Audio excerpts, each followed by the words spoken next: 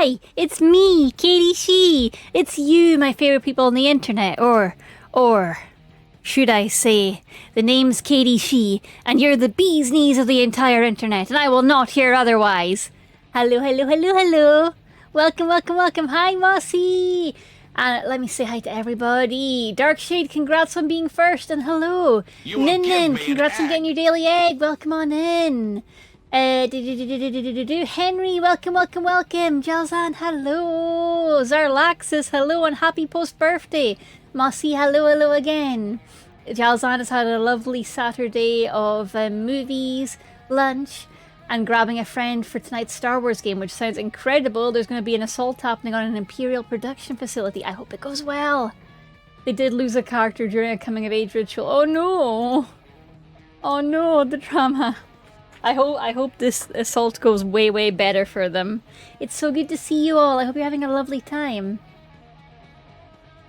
You're right now in AW? Advance Wars? D&D went well. I got some birthday presents. Yay! No damage then to your character. That's the main thing. No birthday damage. Dave's got a fun mechanic where if it's your birthday, you get basically a birthday boon, like a birthday gift. Sometimes it can be a change of a dice roll, but sometimes it can be like a specialized item for the character, or they get to pick from a selection of items. It's really fun. Dave can probably explain it better than I can. I did cancel my streams for today. I'm a bit bummed out about that, but my energy is fine. Hey, you gotta protect your energy, Jalzan. You gotta protect your energy, and it sounds like you are using it well and having a very awesome high energy day. So don't beat yourself up about it. Plenty other days to stream, and your community will understand. I know it. Zara says his tiefling didn't get disintegrated again. No, thank goodness for that. This is the tiefling campaign, right? Your weekends for tieflings, right? Good, good. No getting disintegrated. Let's head to the gaming room, shall we? I've also been continuing to flirt with a cute dog boy. Oh. Honestly, I'm not. I used to be. Oh, good, good. I'm glad you're not beating yourself up anymore. I'm glad. I'm glad. Welcome on in, lovely people. Let me turn on the music, and you let me know if it's too loud, okay? Because it's a fairly jazzy beat. Let me just check the levels. Oh yeah, that's pretty loud. I'm gonna dial that down. Let me yank that way, way down. Tuesdays will be my cat boy in a couple of... Oh, it's moving till Tuesdays. The flirt is not on D&D's... Oh, it's in VR. Incredible. Oh. Wait, is the... Oh, wait, the dog boy's the person I think it is, right? Right? I think I know that dog boy.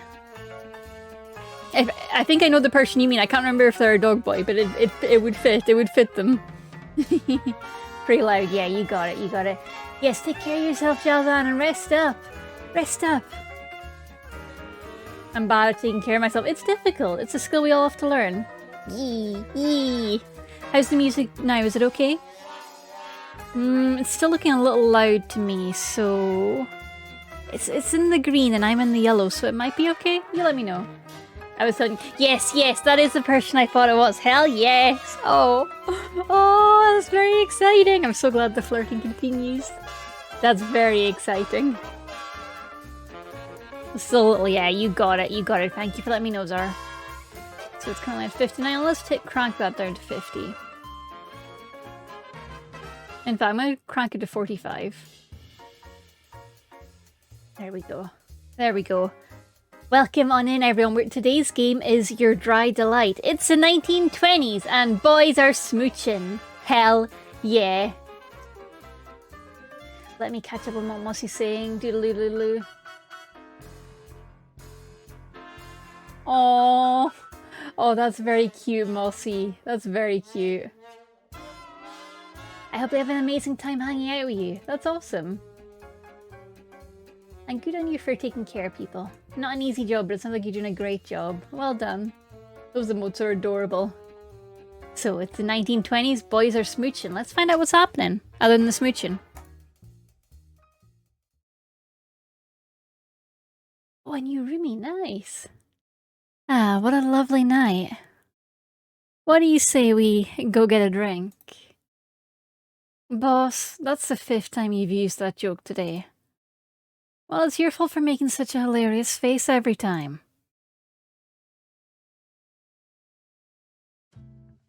Richter. This is Richter. He looks exhausted. My name is August Richter, and I'm a detective. Unfortunately, my parents thought a nice classic name like James or John just wouldn't be good enough for me.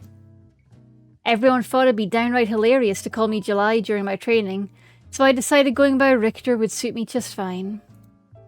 Oh, okay, because his name was August, and they were like, haha, July. Oh yeah, I would hate that too, buddy. Richter it is. Richter, I'm hungry.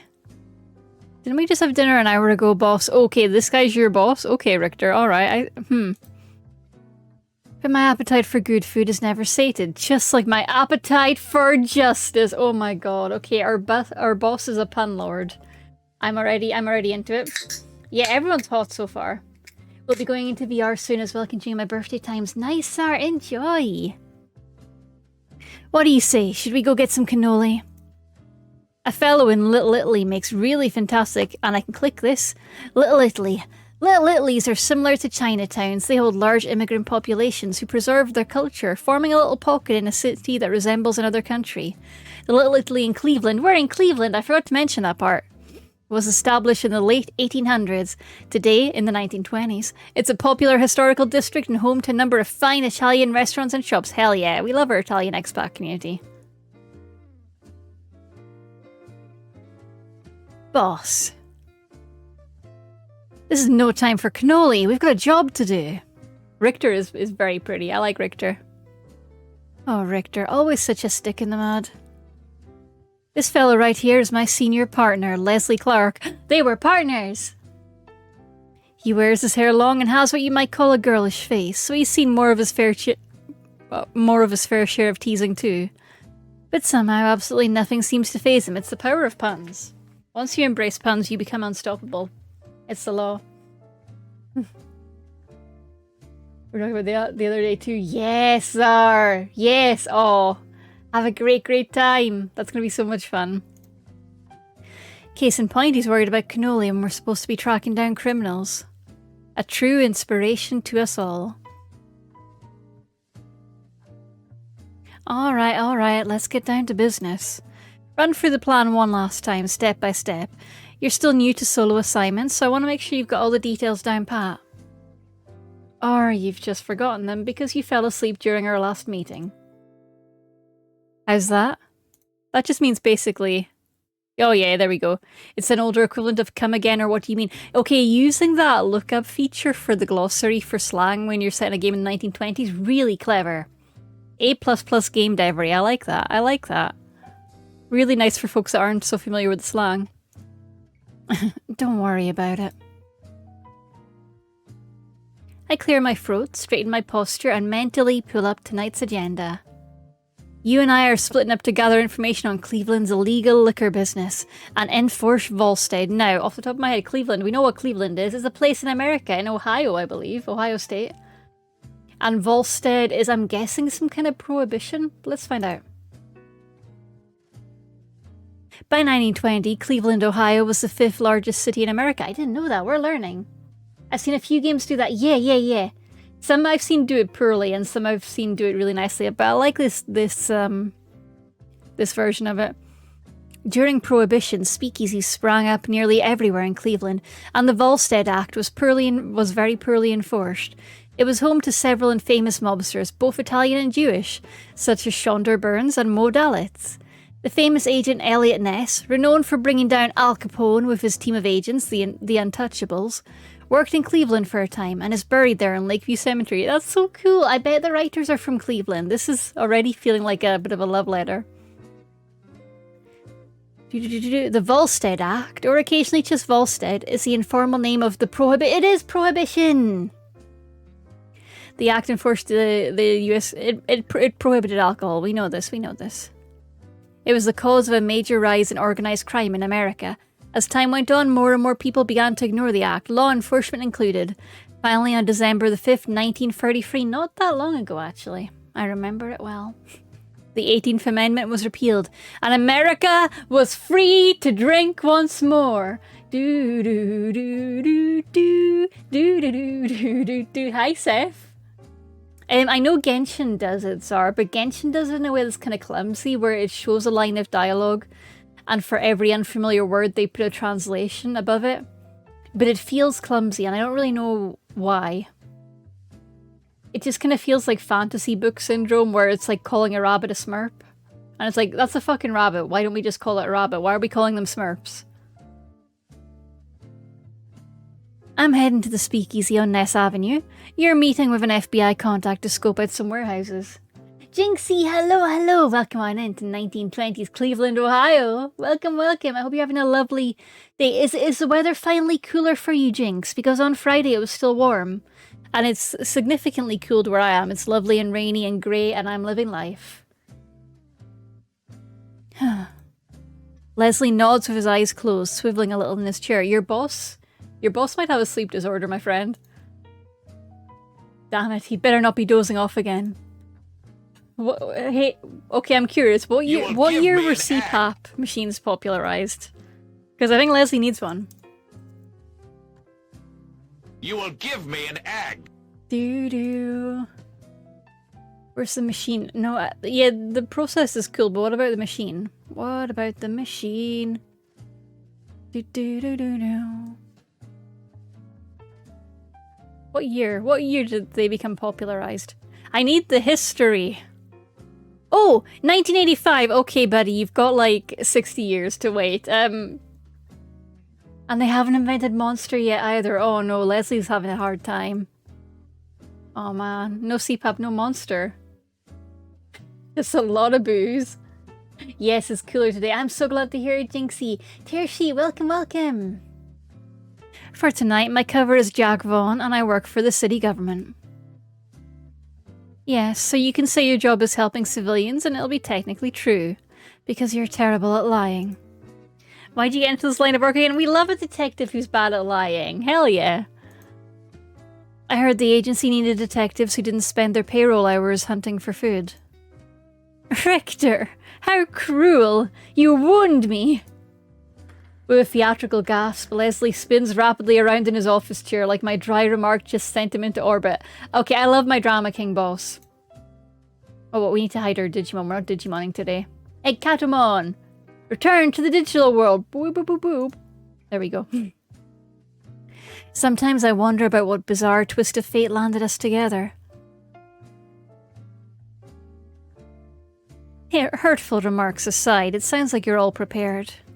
We'll meet back here tomorrow morning to trade reports, drink coffee, eat donuts. This guy with his outfit, he reminds me so much of Owen. I'm like imagining the name in my head, and it's like knowing that it's not pronounced the way it's spelt. But Owen, the game that our dearest moderator Cal is a huge fan of. It's just the suits and the red shirt. But it's written OOE, which is why my brain did a little short circuit there. Is it my imagination, or is the boss drooling a little? Ah, and I decide our next plan of action, of course. The little bottle icon for the cursor, really cute. Love that. Love these little details. Other than that, the UI is fairly stripped down. We've got a fast forward button. We've got this here, I thought was a little doorway, because I'm apparently an idiot. Let me go upside down so you can see that. I was looking at this for ages being like, huh, it's a little doorway. I wonder what that means. And now I'm looking at it and I'm like, ah, no, it's a journal with tabs in it, because of course it is. And if I click it, journal. Let me right side up again. Oh, it's the history. Okay. Yeah, I wouldn't have guessed that was the history. But we're learning. What other stuff do they have? You will give me an egg. Glossary stuff. Save and load. We should save. Yay, we're learning. By the way, I think this game might be free. Oh, it is. It's free. I should pop the link in the chat. This game is free. Yippee! There we go. And I'm pinning. Look, it's like I'm a good moderator. Oh, yahoo! I'm doing the work.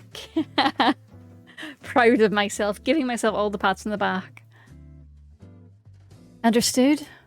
Loud and clear, boss. I give him a lazy salute before turning towards the door, smoothing out my vest. Richter? Please be careful. Oh, the boss cares about us. You got it, boss. Watch yourself, stay alert, and don't do anything I wouldn't do.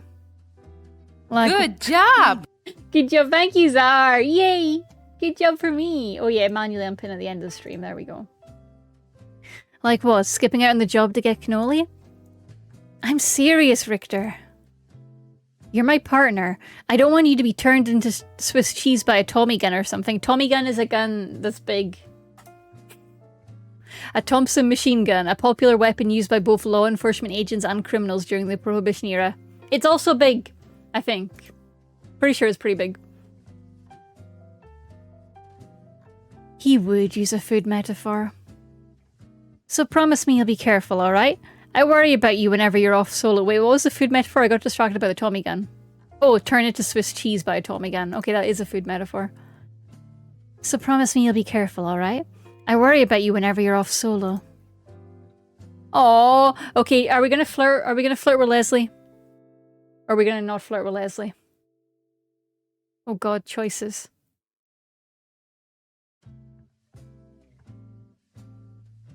I like that he cares about us. That is nice. I think I'm gonna go, don't worry, I've got this. I'm gonna have confidence. Have confidence, Leslie. Have confidence in us. Don't worry. I've got this. I feel like a kid trying to get permission to leave home. He does know I've done other undercover missions, right? Flirt, always flirt. That's, to be honest, both of the options are flirty in my books. No need to worry about me, boss.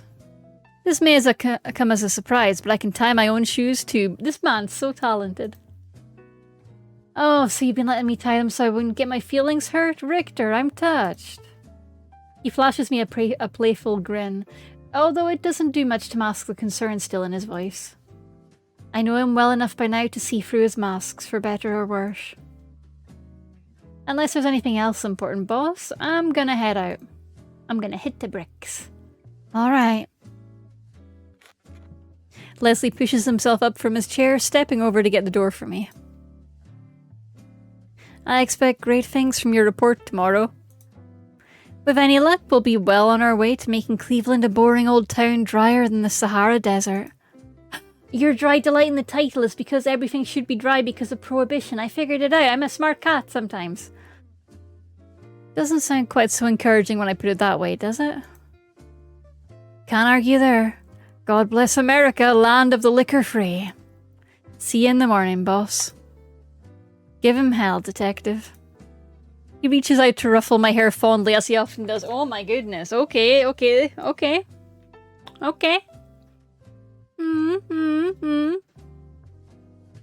I stopped brushing it down a while ago. Leslie always likes to mess it up first thing anyway. I'm staring. We trade wry smiles, and with that I head out into the cool night air. Next stop, Richter's first speakeasy. Argent Games presents... Your Dry Delight. August Richter. Soft-boiled detective. Oh, that's so cute. Leslie Clark. Scatterbrain boss. Mayor Eastman. Definitely not a gangster. Oh, he's hot. Oh, no. Writer and programmer was Dova. Management was Gamma. Art, you're... All these people here. All these rad people. I love this bit of promo art that they use for the title screen. It's so cute. So, you're saying we can flirt with a gangster? That's what I'm getting out of this. Password. A gruff voice whispers to me through a slot in the door. The basement of this dingy restaurant echoes with the muffled sounds of swing music, like it's been haunted by some ghostly jazz band. Swordfish. There's a long pause. My informant definitely said the password was Swordfish. This isn't a setup, is it? If it is, heads will roll by the end of tonight, assuming mine's still... The door swings open before I can finish that thought. Welcome, sir. Oh, who's this? Who's this person? Please enjoy your night. Thanks, I'm sure I will. I step past the tall doorman and into the loudest place I've ever seen or heard. I love it when I see the word doer out in the world, in the wild. Swordfish is a nice touch. Silly notes. I should know that. I should know that. Hang on.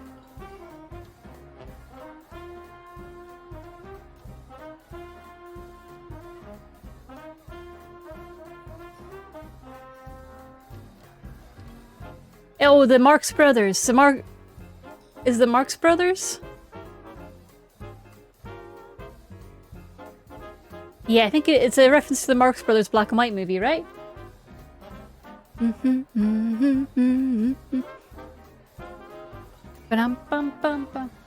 Switch 2 costs are going up. Oh god. Reddit's been redditing at me and recommending random Reddits to me, including the Amazon UK Reddit, which is full of stories where apparently there's this one Amazon seller that is selling cheap Switch 2s, and every single package that arrives is just a cable and a plug. And there's like hundreds, maybe more, maybe more than that, people that are currently in the process of trying to fight for return from Amazon. Their listings have been shut down now, which is why I feel okay mentioning it. It's a reference to the movie Swordfish. Okay. I've heard the reference. Are you sure? Because there's a Marx Brothers sketch that also has Swordfish as the password for a speakeasy. Maybe they're all referencing each other. I mean, Swordfish from 2001 has a cyber hacker in it, so it sounds kind of modern. It looks fun though. I haven't seen it, and I want to see it now. John Travolta, Hugh Jackman, Halle Berry, and Don Cheadle. That's a hell of a cast. I want to watch that.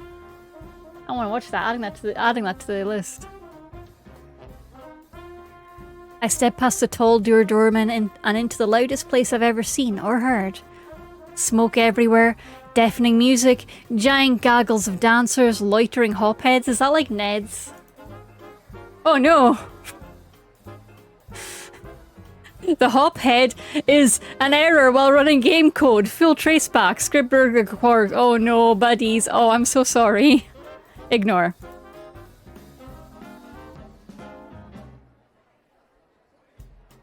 Well, I'm assuming hopheads are basically Neds.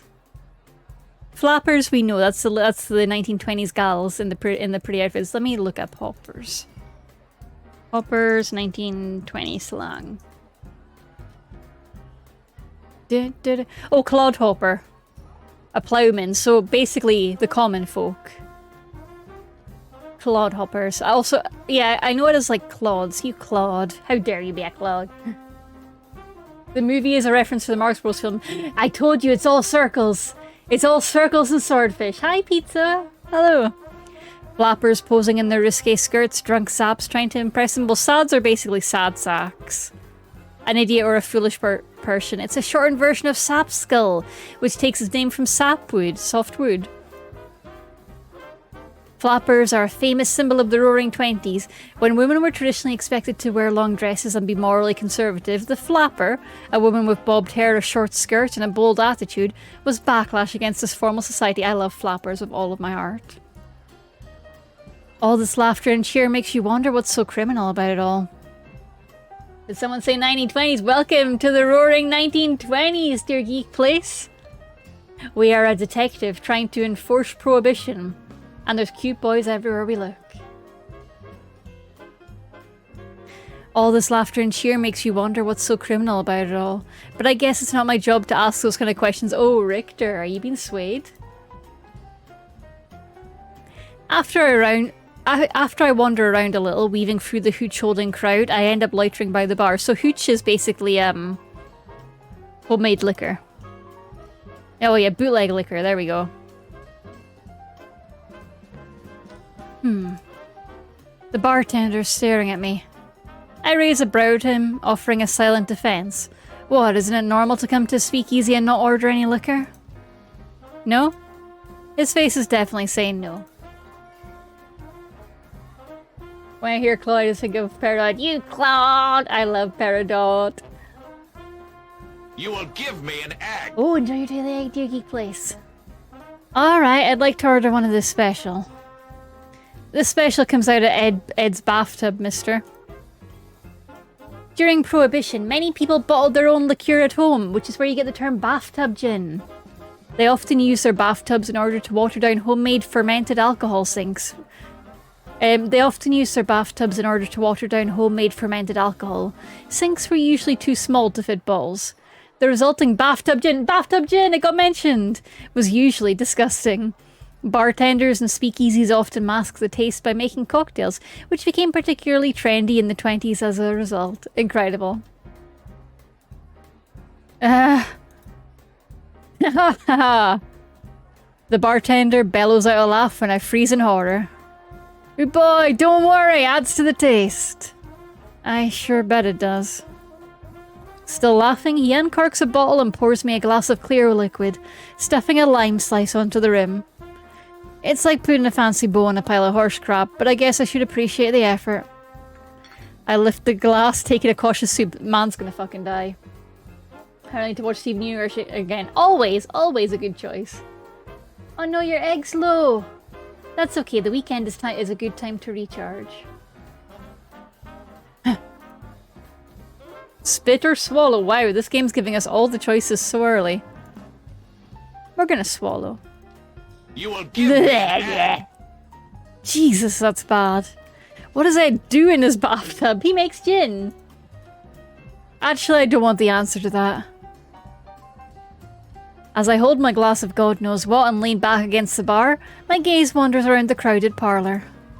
The informant said this place is a key part of Cleveland's liquor business.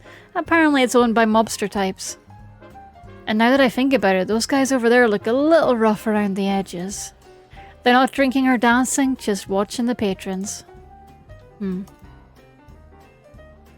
I casually scoot down the bar, getting close enough to overhear their conversation. Rick, I don't think you're as slick as you think you are, my guy. Oh no, Pizza, your egg levels are low too. No. It's so loud in here that I can't make out what they're saying, but I managed to catch a few words. Damn Italians. Our turf. Them and the cops. Did I hear that right? They aren't part of the Italian mob? The Italian mob gained a foothold in Cleveland during Prohibition. It began with the Leonardo and Perello brothers during the early 1900s, and Cleveland's first major mob boss was Joseph Leonardo. The families made the majority of their money through supplying corn sugar, a crucial component for making alcohol, to bootleggers. I learned that from Lackadaisy. The cornfields were a big hotspot for, like, gunfights. Later, in the 1930s, a larger consolidated group known as the Mayfield Road Mob formed in Cleveland, with the powerful Frank Milano at its head. I wonder who owns this place then. Must be a different gang. Some kind of deal. That'll work. Risky.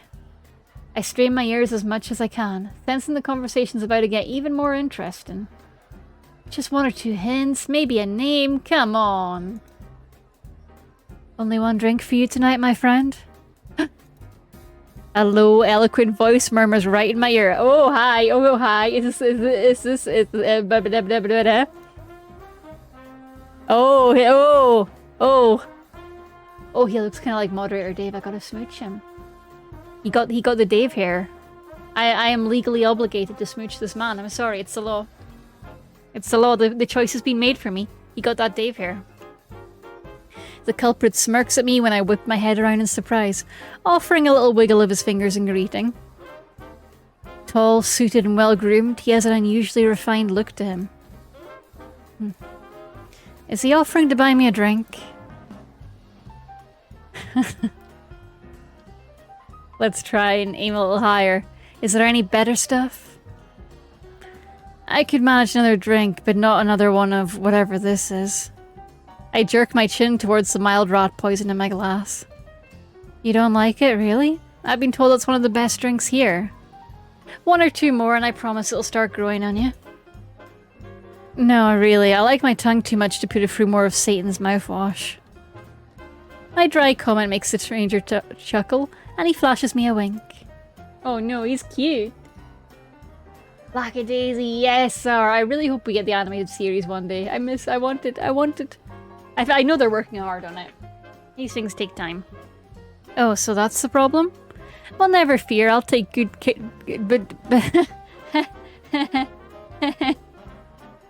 Well, never fear. I'll take good care of it.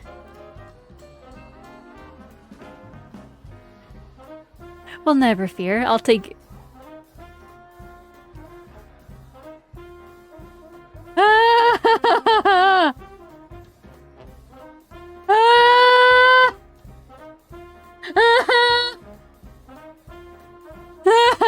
Ah!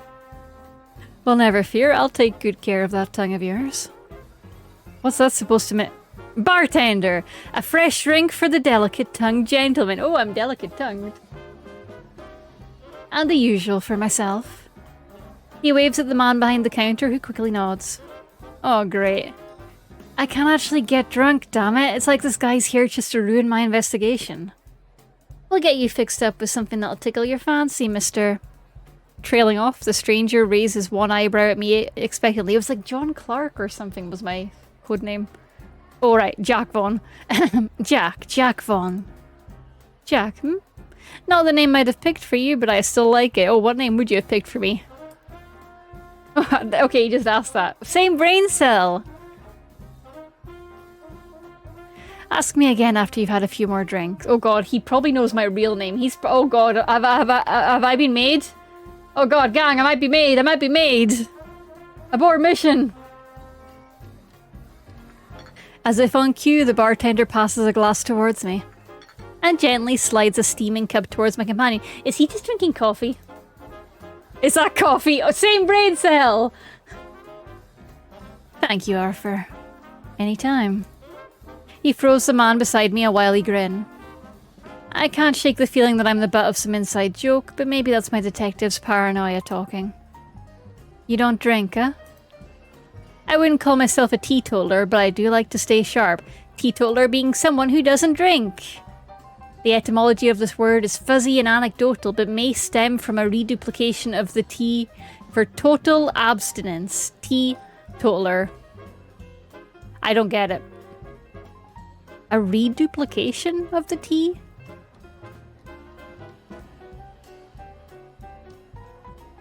No idea. I don't get it. I kinda get it. But not well enough to explain it. This game was made for you. I'm in danger. Right.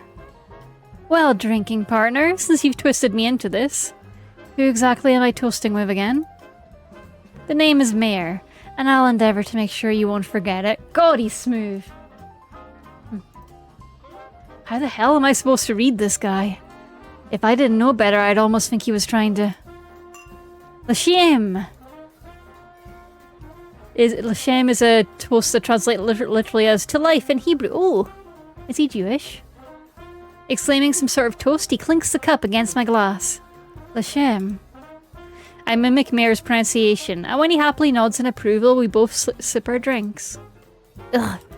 Not as bad as Ed Deluxe, but still feels like I've swallowed a gasoline cocktail. What did you do? Weird and Wonder is almost over, but I have one burning question. Should I be reading Dungeon Crawler Carol?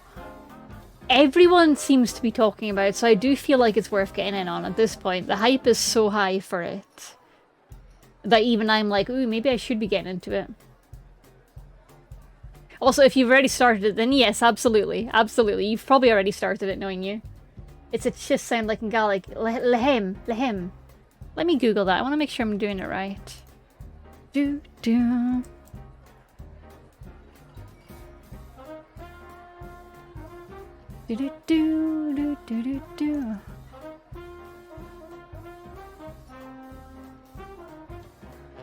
YouTube pronunciation videos, don't let me down. No, where's that website that actually has real people? I don't trust YouTube. L'chaim. Okay, it's like it's almost like kind of like E. It's almost a haim. L'chaim. Lady, you're pronouncing it different to everyone else. I don't trust you. L'chaim. No, you get the fuck out of here. L'chaim. No, you're definitely AI. L'chaim. The phlegmy sound when you say Haniel Chaim. I got it. L'chaim. And in the back of the throat, L'chaim.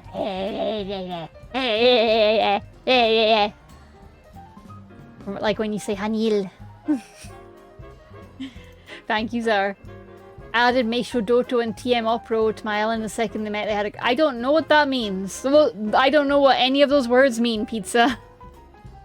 None of those words are in the dictionary. I think, because he mentioned island, that we're talking Tomodachi life. And that's as far as I'm getting. But I'm giving you a thumbs up.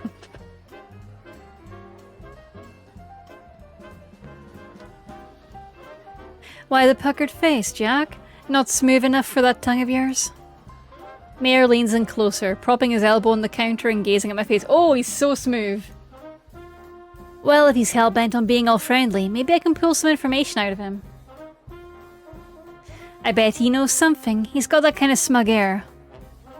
Yeah, woe is me. Sorry, we're in the 1920s. Yes, woe is me and my delicate tongue.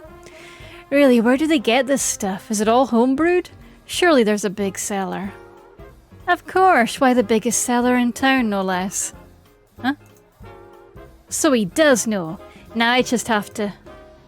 But more importantly, why don't you tell me a little about yourself, Jack? Or a lot more.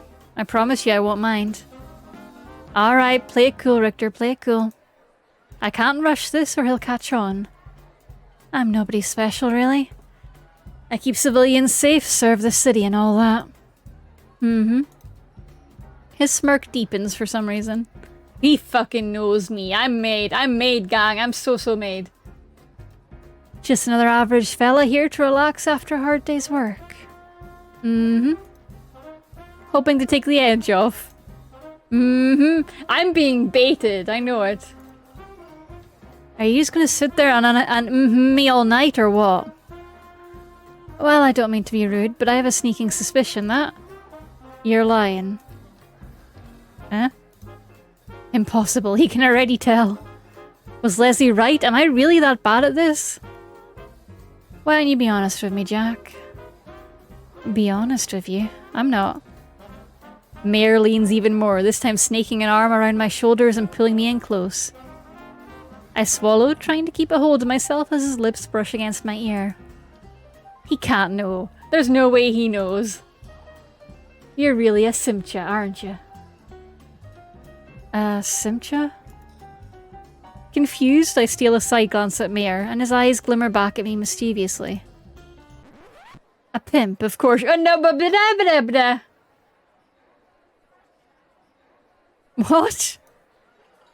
Oh, you can't fill me with that act, Jack.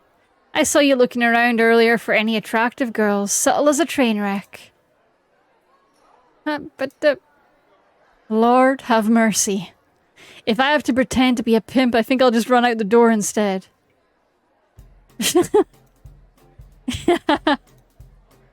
A little laugh spills out of Mayor before he can bite it back.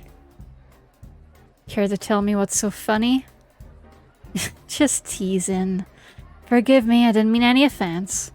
Nor did I think you'd nearly faint on the spot, but I was quite ready to catch you. Alright, you got me. I was just, horrified that my good name might be ruined. Shook me up. Secretly, of course, I'm mostly only relieved that you didn't actually see through the lie. That was too close for comfort. Oh, naturally. An upstanding civil servant like you is obliged to maintain his saintly reputation, right? Bartender, another round for the gentleman, if you please. Oh god, I'm in danger. Meisho Doto and TM Opero are famous racehorses. Oh, okay, they're Uma Musume characters. Got you. They're Umas, got you. And that was how I got pulled into a night of drinking with my new companion. It soon grows clear that Mayor isn't going to let anything important slip. He manages to dodge all of my questions like a pro boxer ducking punches. But I'm too invested to turn back. I know he knows something. He knows I know he knows something. But we're just dancing around the subject. As much as I hate to admit it, it's fun talking to him. So much so that I nearly forget what I came here to do. The way he gives me all of his attention is, well, flattering in a way. While we banter back and forth, I notice the sketchy-looking men from earlier throwing glances towards us. Are they looking at me? At Mayor? Just trying to get the bartender's attention?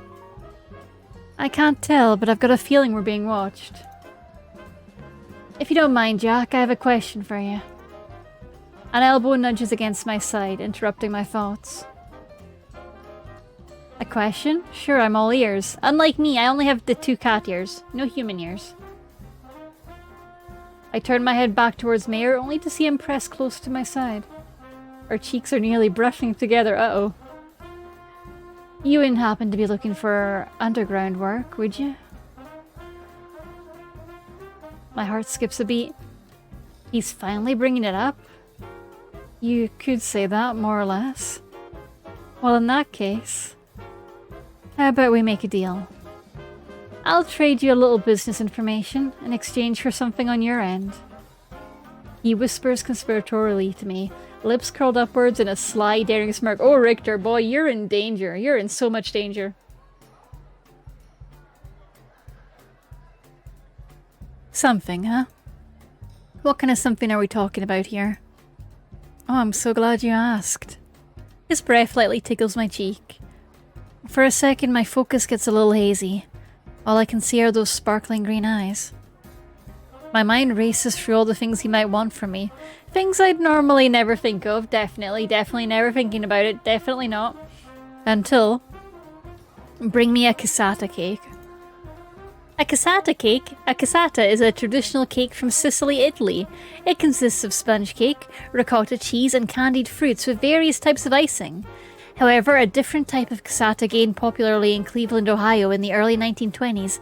The La Puma Spumoni and Bakery began making a version filled with strawberries and custard and covered with whipped cream, at the behest of the owner's children who didn't like the original cassata.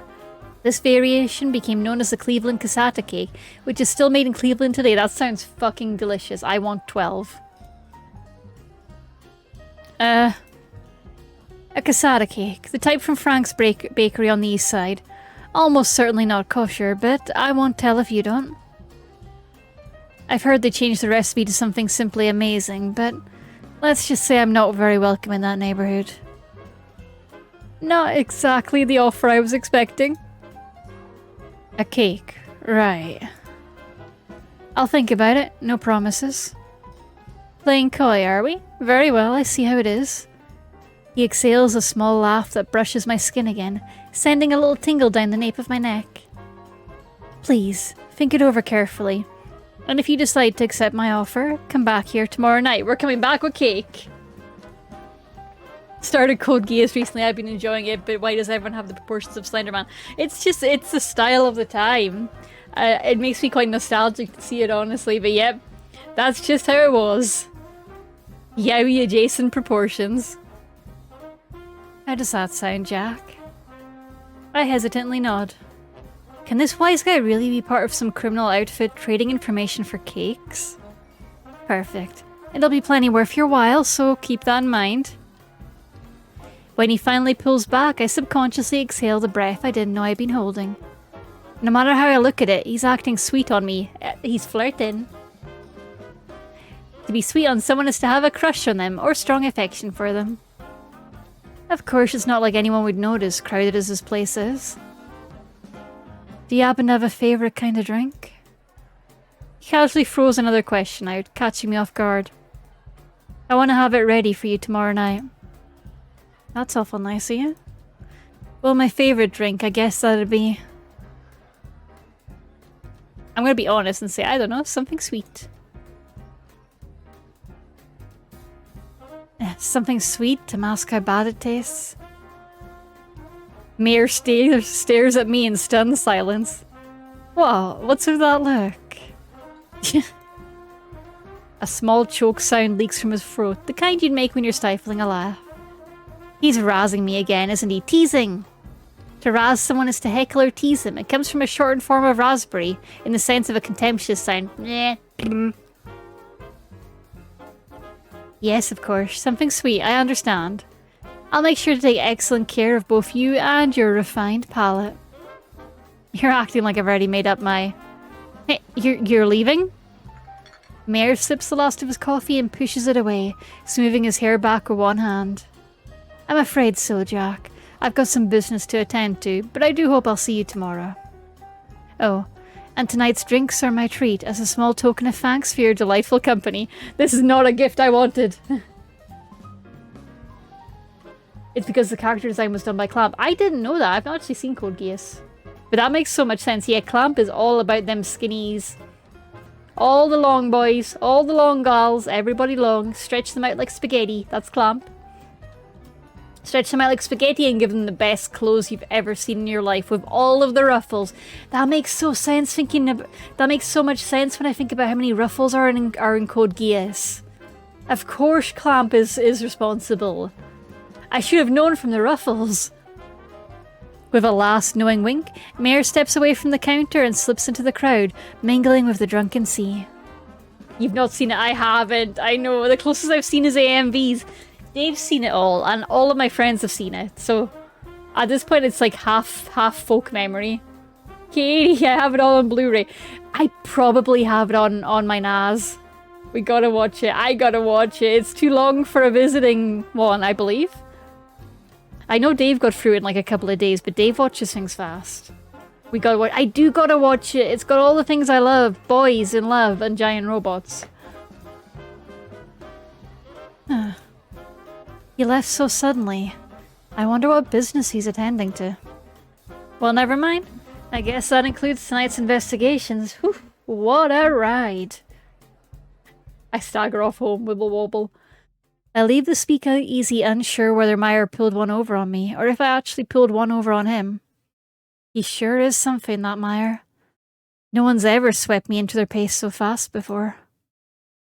I can almost still feel the warmth of his breath and on my skin. Just the drink talking. Just the drink. And with that poor attempt to reassure myself, I stuff my hands in my pockets and begin the sobering walk home. Morning!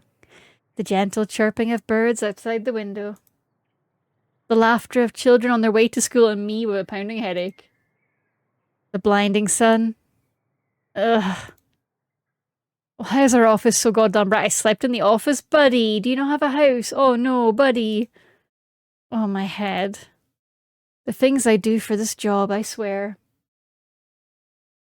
50 episodes and offshoot OVA, free movies and free movies. It could be worse, I guess.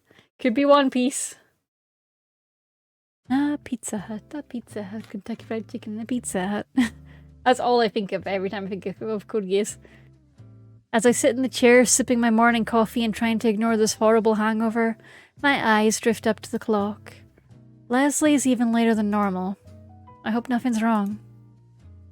If he doesn't come in soon, maybe I should just leave a note and go nap in my car. You drove here, buddy? No, don't do that. Good morning!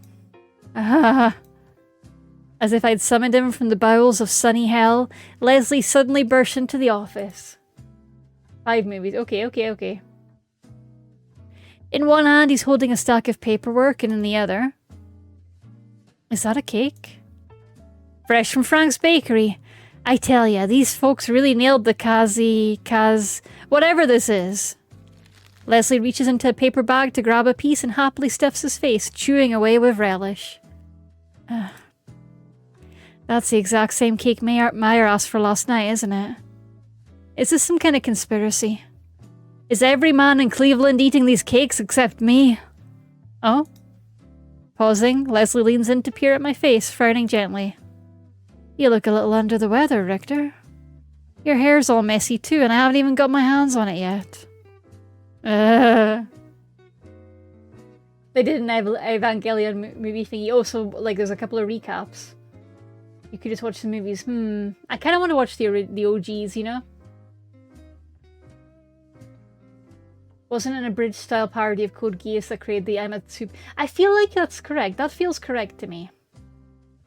I do feel like that was a Code Geass meme, yeah. Zar'll know. I bet Zar'll know. Wait, don't tell me. No, you're not hungover, are you? Richter, you naughty boy. Listen, boss, could we just get to our reports? Changing the subject, I see. Absolutely shameless. Leslie, who seems to think my hangover is the funniest thing in the world, chuckles all the way over to his office chair.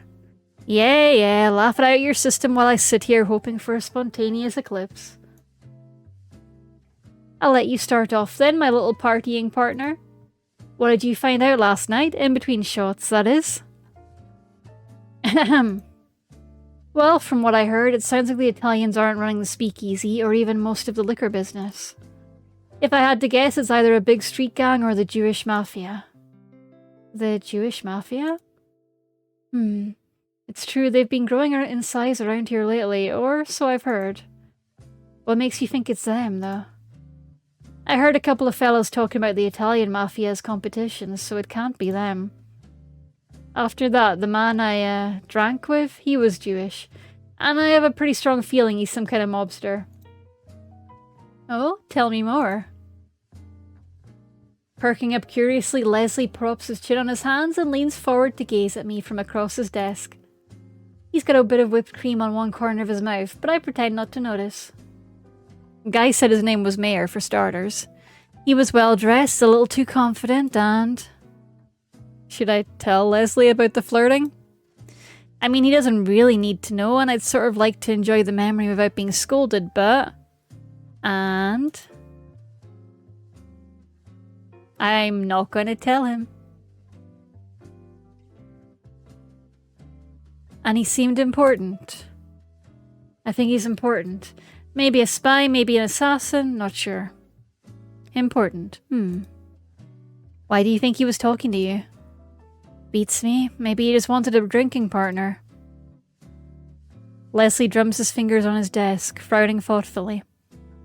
He didn't see through your cover, did he? Sure didn't act like it if he did. And I'm still alive, right? Fair point. Maybe your lying skills really have improved. His chair squeaks as he leans back, propping his feet up on the desk. And I just cleaned the mud off it yesterday too. Come on, Leslie. So he's important, maybe part of the mafia, but he didn't bump you off, aka kill me.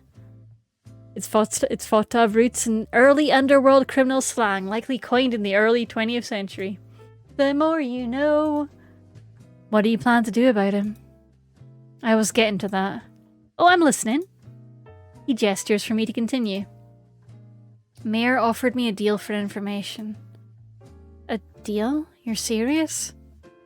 I nod, barely resisting the urge to rub my forehead. Details on the mob in exchange for...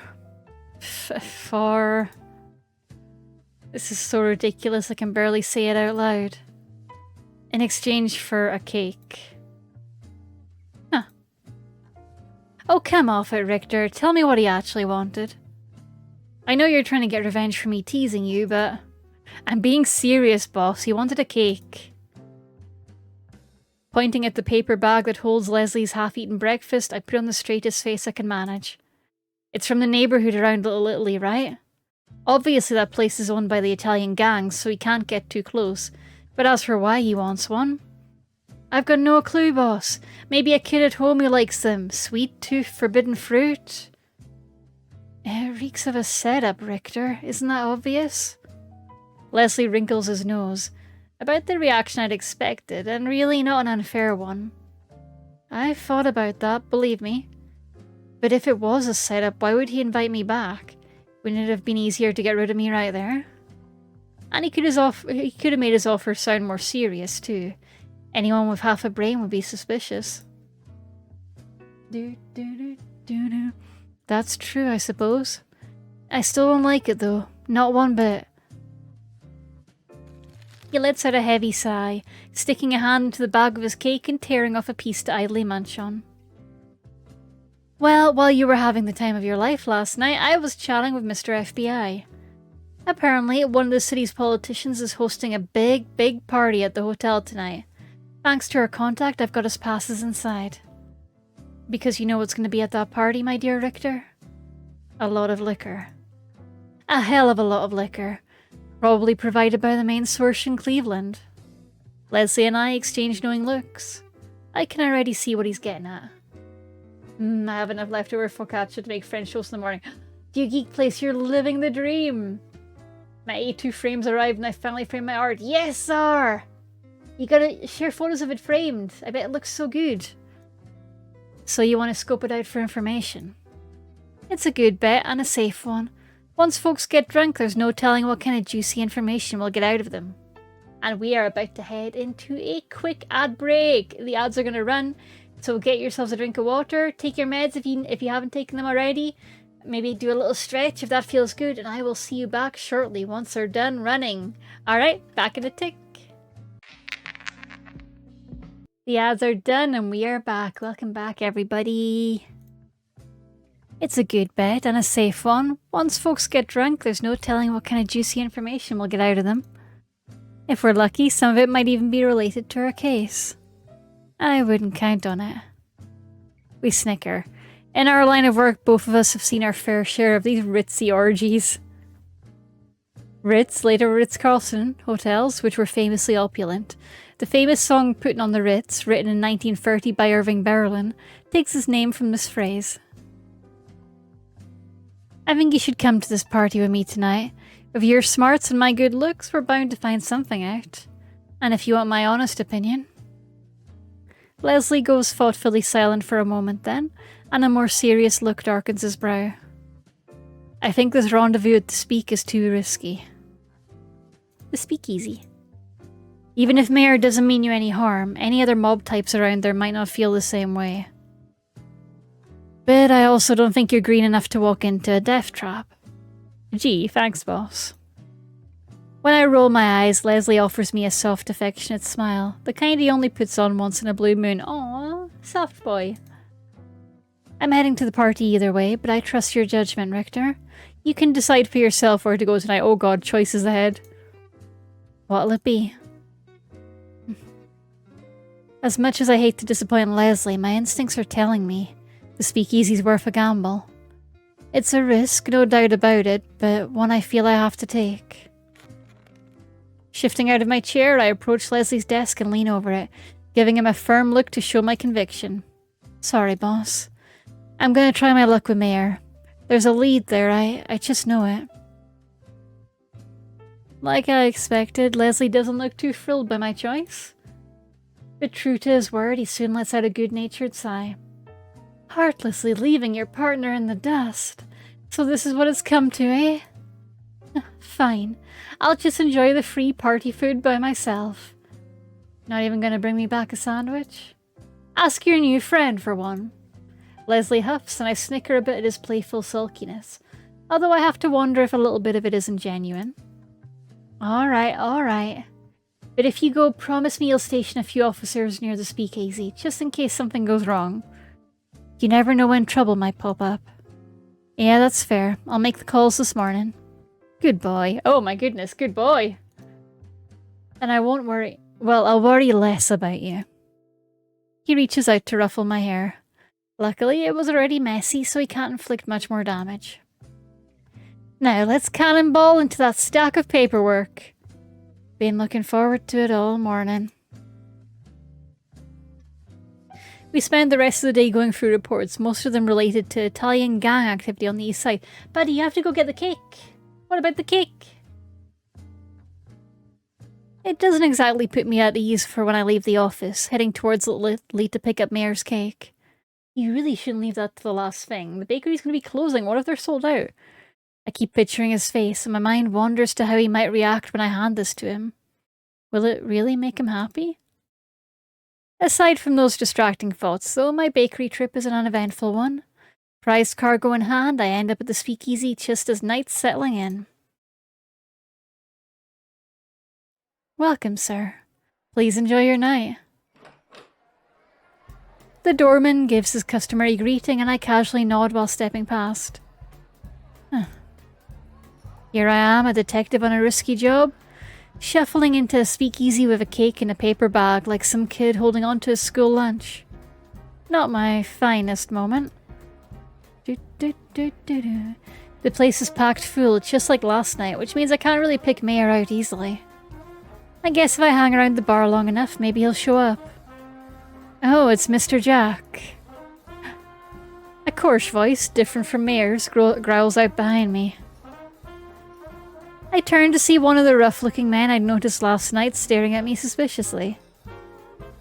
I'm gonna pat you down, make sure you aren't healed. Understand? I'm guessing that means armed. Healed refers to being armed, usually with a gun, like packing heat would refer to later on. The earliest usage was around 1866. But no one did this to me last night. What's the big idea? Would you shut up? I'm not here to answer questions. Before I have a chance to protest further, he grabs me and starts patting my pockets, roughly feeling around. Sorry, buddy. I'm gonna be taking this for tonight. The man pulls out the piece, aka gun, I'd been carrying as insurance, just in case things went south. Yep, firearm.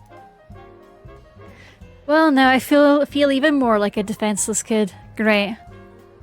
Just don't pull any dumb moves and you'll be fine. We like to keep things real cordial around here. Got it? Yeah, I got it. Good, then we'll be heading to the back room. Whatever you... Wait, the back room? Wait, where are you taking me? Wait! The man suddenly grabs my wrist, pulling me along the Speak's perimeter. My heart starts to pound in my chest. What am I getting dragged into? I told the officers not to get close to the place unless I was gone for a while, but who knows what'll happen in the meantime. My semi-captor takes me to the back of the parlour and down a long, dark corridor. The music and laughter fade slowly into the distance, replaced by only the sound of our footsteps. Finally, we reach a large black door and the man knocks firmly on it several times. Come in.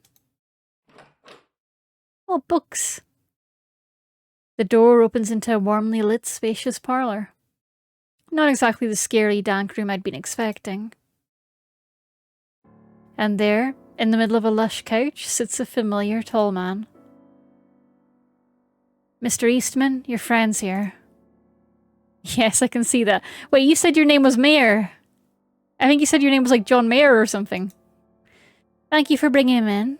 Make sure no one intrudes on us, if you'd be so kind. Yes, sir. With a polite nod, the other man departs, closing the door behind him with a soft click. Once he's gone, Mayer and I stare at each other for a few seconds in silence. I can only think that this dramatic reintroduction was deliberate. Oh yeah, he absolutely knows what he's doing. He knows I can read the subtext. Well, I brought your cake. Enjoy VR, Czar! Enjoy VR! Good luck with hot drinking, boys. Thank you! I lift the bag in my hand and shake it a little, laughing nervously. Ah, I knew I could count on you. A pleased smile slowly spreads over his lips, and this sight makes me relax a little. He pats the couch beside him, and I don't exactly feel like I'm in a position to refuse. I approach and tentatively lower myself down, sinking into the soft cushions. Why, you're as stiff as a sheet of glass. What's wrong, Jack? Your secretary back there wasn't exactly the most gentle of fellas. I apologize. They're used to dealing with coarser individuals than yourself, you see, and I forgot to tell him to use kids' gloves. To use kids' gloves with something means to treat it delicately or carefully. The term refers to gloves made from kid leather, the skin from a young goat, which is extraordinarily soft and smooth. That makes so much sense. I thought it was just gloves for kids. I'm a fool. I'm a fool. I brought you cake, turns around. Ayy. It's not that, I just wasn't quite expecting all of this. All of this? You mean a nice back room and a speakeasy? Mayer gives me a faux innocent look. Right, that's obviously what I was referring to. Anyway, here, your prize. I hope it didn't get smooshed while your lackey was jostling me around. I offer Mayer the bag with the cake, and his eyes light up when he takes it from my hands. Wonderful. Oh, I can smell it already. Oh, I'm gonna butcher this. Oh no. It is hard to eat a stranger's bread, purportedly used by Jews in St. Louis, Missouri, as of 1920. It is hard to eat a stranger's bread, is it? I like bread. I'll eat bread. Sie schlägt zu essen fremden Brett, my rabbi used to say. I said Robbie. I did so well with the Hebrew, and then I just went Robbie. Robbie Damond. Robbie Burns. Ze schleck zu essen fremden Brot, my rabbi used to say, but I like to pretend it doesn't apply to cakes. He gazes longingly at the bag for a moment, then sets it to one side. I guess that is basically referring to what he said about cakes being kosher. Or not kosher. Not allowed. A smile finds its way onto my lips before I even realize it. The way he likes sweets so much really reminds me of Leslie. Oh, before I forget, I've got something for you, Jack. Oh, is it my sweet drink? Mayor leans around the edge of the sofa, grunting softly, before straightening back up with a bottle in hand. It's full of golden liquid, but I don't recognize the label. You wanted something a little sweeter, right? You remembered? I have an excellent memory, especially when it comes to people who catch my interest. Oh my. He takes a glass from the table beside him and starts to pour me a drink, humming softly. Is it going to be like mead? I'm guessing mead from the golden colour. I notice he's already got a half-empty cup of coffee for himself, black as the night. This is Slivovitz. This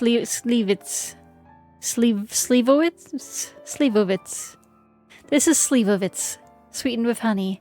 I've never sampled it myself, but one of my men swears by it. Is this guy a fucking teetotaler? Yeah, he mentioned he was not officially a teetotaler, but kind of a teetotaler. Teetotaler mobster. Slivovitz is a plum brandy produced in Eastern Europe. It was distilled in large amount by Jewish communities in Poland before World War II. While often very strong and bitter in its normal form, it is sometimes combined with honey to make it sweeter and less pungent. That sounds good. I'm in. I prefer to take my sweets in something of a different fashion, though. Mayor hands me the glass, letting his fingers brush against mine for a moment longer than necessary. Flagrant! Flagrant flirting! Ah, thanks. You're quite the host. You expected anything less? He turns a little bit on the sofa, propping one elbow against the back so he can gaze at me head on. Haha, gaze at me. Gaze all over the place. Feeling slightly embarrassed under his stare, I take a curious sip of the drink. Damn, it goes down so easy. Good enough that I can see why you're not serving it out there. A man has to make a living, unfortunately. Buying and transporting high-quality goods is expensive, not to mention risky. I'd much prefer to serve good liquor over the common swill, but it's not quite feasible yet. He pauses for a thoughtful moment, though his eyes flick back to my face soon after. Well, about that information I owe you, assuming you're still interested in work. Did you have to say it like that? Did you have to say it like that? Of course you did. As I nurse my drink, Mayor begins to describe the main mafia figures in the city, along with the various rackets they keep in great detail. Blah blah blah, backstory, and I'm staring at his face. Combined with everything else I've seen tonight, I think it confirms my suspicions. He's near the top of the underworld food chain in Cleveland. He's not even trying to hide it. In fact, I think he's just playing a game with me, seeing how far we can take this before one of us states the obvious. Knowing that, you'd think I'd be incredibly uncomfortable right now, but for whatever reason, being around Mayor puts me completely at ease. For whatever reason. A mystery. We'll never know.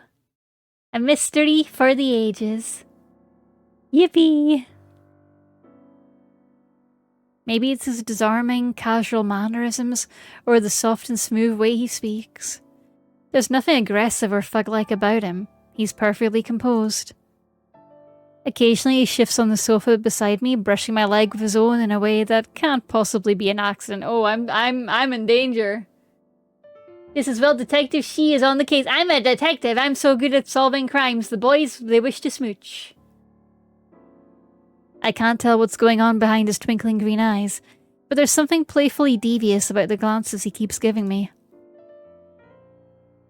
And I think that would make our trade just about even, no? He finishes his thorough description with an impish wink, taking a sip of his coffee. You sure are familiar with all the gang activity here, aren't you?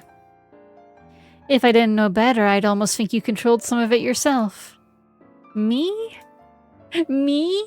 An innocent little baby boy? Moi? Moi? Never. Why, I'm not sure what would lead you to such an outrageous conclusion. Instead of looking offended, though, Mayor presses in a little closer, his smirk suddenly growing mischievous. After all, it's rather rash to assume things about people you don't know particularly well. Don't you agree, Richter? Gang, I'm made! I'm made!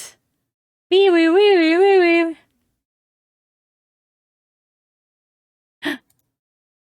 How do you... He smugly lifts the cake bag, rustling it before my face. Your name is on the label. Oh, what the... Oh, God! I made myself! Made by my own hands! Made by my own hands, gang! A mistake I wouldn't expect from you, if you'll pardon my rudeness. Were you distracted at the time you purchased it? I'm not about to mention how I was daydreaming about him when I bought the cake. I think I'd rather just let my professional pride take the fall. Of course, I know you're a detective, too, and I can guess why you're here. But please, don't take it as a blow to your acting skills. I'm just well acquainted with a number of professional liars, you see. If you already know so much about me, why are you pouring me drinks rather than having me shot and dumped in the alley? Mayor clicks his tongue, lightly wagging a finger at me. Violence is not how I prefer to do business, Richter. It's only ever a temporary solution. Violence begets violence, which is why you have warring Italian crime families rather than one consolidated, powerful body. No, in most circumstances, I would much rather make friends than enemies. Friends like you, which is why you're not being dumped in an alley. Although I would never harm a Shayna Poonam like you, no matter what my moral code was. Shayna Poonam is a Yiddish phrase that literally means pretty face. Oh my god! The flirting doesn't stop even when it's like closely around death threats. Oh hell yeah. He shifts on the sofa again, this time letting his legs stay resting against my own. I swallowed, relieved at Mayor's explanation, but acutely aware of his face being a mere few inches to my right. I wasn't expecting gangster romance, but here we are. Here we are, gang. You certainly aren't like any other guy I've met, law-abiding or otherwise. Why don't you tell me more about what it's like being in this risky business? I clumsily attempt to slide the conversation in another direction, daring to glance over at Mayor. No, please. I know a one-sided agreement when I see one. With the gloating air of someone who's just caught their opponent cheating, Mayor shakes his head. I'll answer a few questions of yours, but only on the condition I can ask questions of my own. Yippee! Hi, Ori! Give me an egg! Welcome to the 1920s, Ori. The boys want to smooch. I swear on my honor to answer with the truth, and you'll do the same. But we can each avoid one question in exchange for a favor. Does that strike you as fair? His tone casually rises up at the end, not so subtly daring me to accept. I think I'd be an idiot to expect a businessman like yourself to play fair, but alright. I'll bite. That's what I like to hear. Mayor gives me a rakish, teasing grin, all too pleased with my reply. As a gesture of goodwill, I'll even let you start. Really? How'd you make any money with that kind of generosity? Oh, you'd be surprised. As Mayor chuckles to himself, I pause and ponder on just what to ask. What do I most want to know about? Oh, that's a good question. I want to know about his history. I'm in love. Ask about his history. Tell me about your background, your history. What was it like for you growing up? My question seems to catch Mayor off guard. But his surprise quickly shifts into a gentle, pleased expression, and he nods in acknowledgement. I was raised by a cozy little Jewish community in Missouri, where I lived until a few years ago. I'm sure you'll find this hard to believe, but I always kept to myself as a boy. I rarely spoke to anyone. I suppose you could say I was afraid of rejection. Our rabbi was my closest friend. We ate corned beef sandwiches and talked about baseball on the weekends. Looking back now, I think he was just as lonely as I. He chuckles softly, gaze flicking down to the coffee table and lingering on his cup. I can't imagine Mayor ever being withdrawn. I guess he didn't develop his charisma until later. Several days after my bar mitzvah, a few boys who I'd never seen before approached me on the street. Bar mitzvah, son of the commandment in Aramaic, is a Jewish ceremony held for boys when they reach 13 years of age.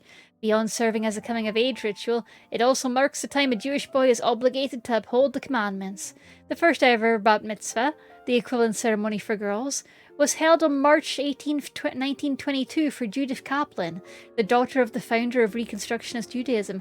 I did not know that the bat mitzvah was relatively modern. Oh, we're learning new things. Mayor, they said, you're a tall, strong guy. Why the hell are you playing with the rabbi instead of making money? I realized I didn't have much of an answer. We formed a merry little crew. It was enjoyable to have that kind of attention from my peers, and my desire to fit in was why I began doing jobs with them. Eventually, my name garnered a certain reputation. The association grew.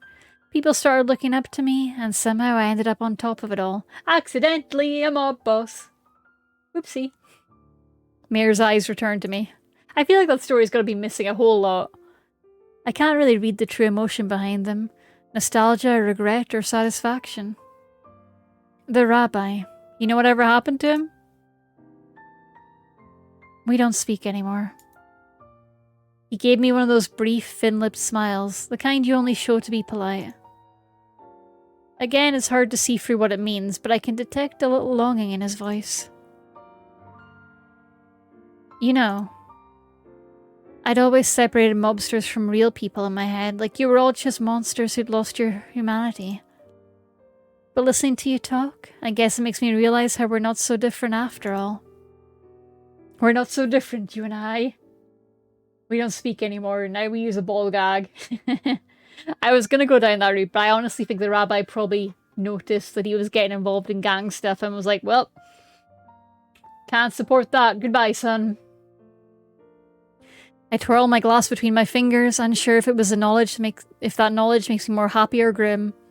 Involved with gangs? No more corned beef sandwiches for you, my friend. The ultimate punishment. No corned beef sandwich. Mayor studies me in silence for a little while. It's not an awkward silence, though, it's just a thoughtful one. Well, your turn. For a question. You have one, right? Oh, I have many. When the silence finally breaks, Mayor gives me a wry grin, his eyes momentarily flicking down to my mouth. Damn, dude! Yeah, I'm listening. Alright, what's your greatest fear? My greatest fear? Yes, tell the mob boss your greatest fear. He nods, watching me expectantly. No immediate answer pops into my head, so I mull over the question for a moment. My greatest fear. Something that would keep me from sleeping at night. Hurting innocent people. Oh? I nod, forcing a brief awkward smile as I take another sip of my drink. Mayor doesn't add anything further, though. Is he waiting for me to elaborate? I just think it's my duty, well, the duty of everyone in law enforcement, to make sure Americans are safe and happy. That's why we exist. It's not just a job you do for money, it's a job that lets you go home feeling better about the world, even if it's just a little bit. Oh, how I wish that were the case today. Mayor tilts his head a little to one side, eyes glimmering at me. Then his hand slips onto my shoulder, resting there gently for a few seconds before squeezing it. Very admirable, Richter. Gay! Gay, gay, gay, gay, gay! I don't even know how... Oh, it was a sound redeem on our side. Honestly, he's in far more danger from being gay than he is a bootlegger. That's true, that's true. Very admirable, Richter. Although I have to wonder just where Volstead fits into that. He trails off curiously. Is he trying to lead me somewhere with that vague comment?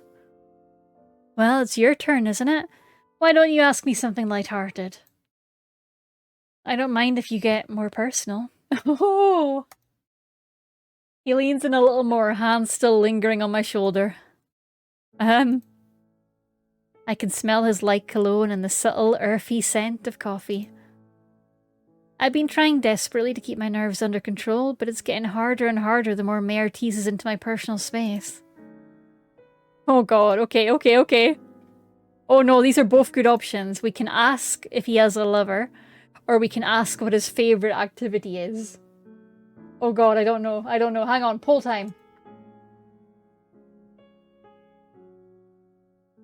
What do lover activities? And we have 1 minute. Poll is now live. If you're on mobile or desktop, you might need to refresh. I don't know, Twitch hates life. You have 1 minute to decide what we say to this charming, charming man. Personally, I think I'm leaning slightly towards activity, wink wonk. But I don't know if the game's going to interpret that the same way as I would, which would be with heavy innuendo. Oh, 1 vote for lover. I'm going to vote for activities. Let's even the score. Oh, 2 votes for lover. Okay, I'm being outdone. What if I use my cat coin? Can I not use my cat coins? Am I forbidden because I have unlimited cat coins? You know, that makes perfect sense. Outvoted. Oh, last couple of seconds. I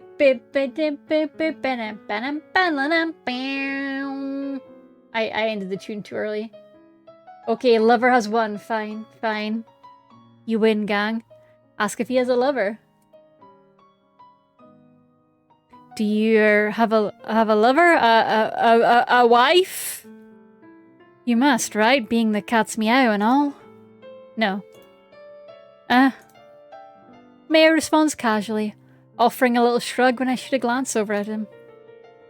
Is it my imagination or does he look incredibly smug right now?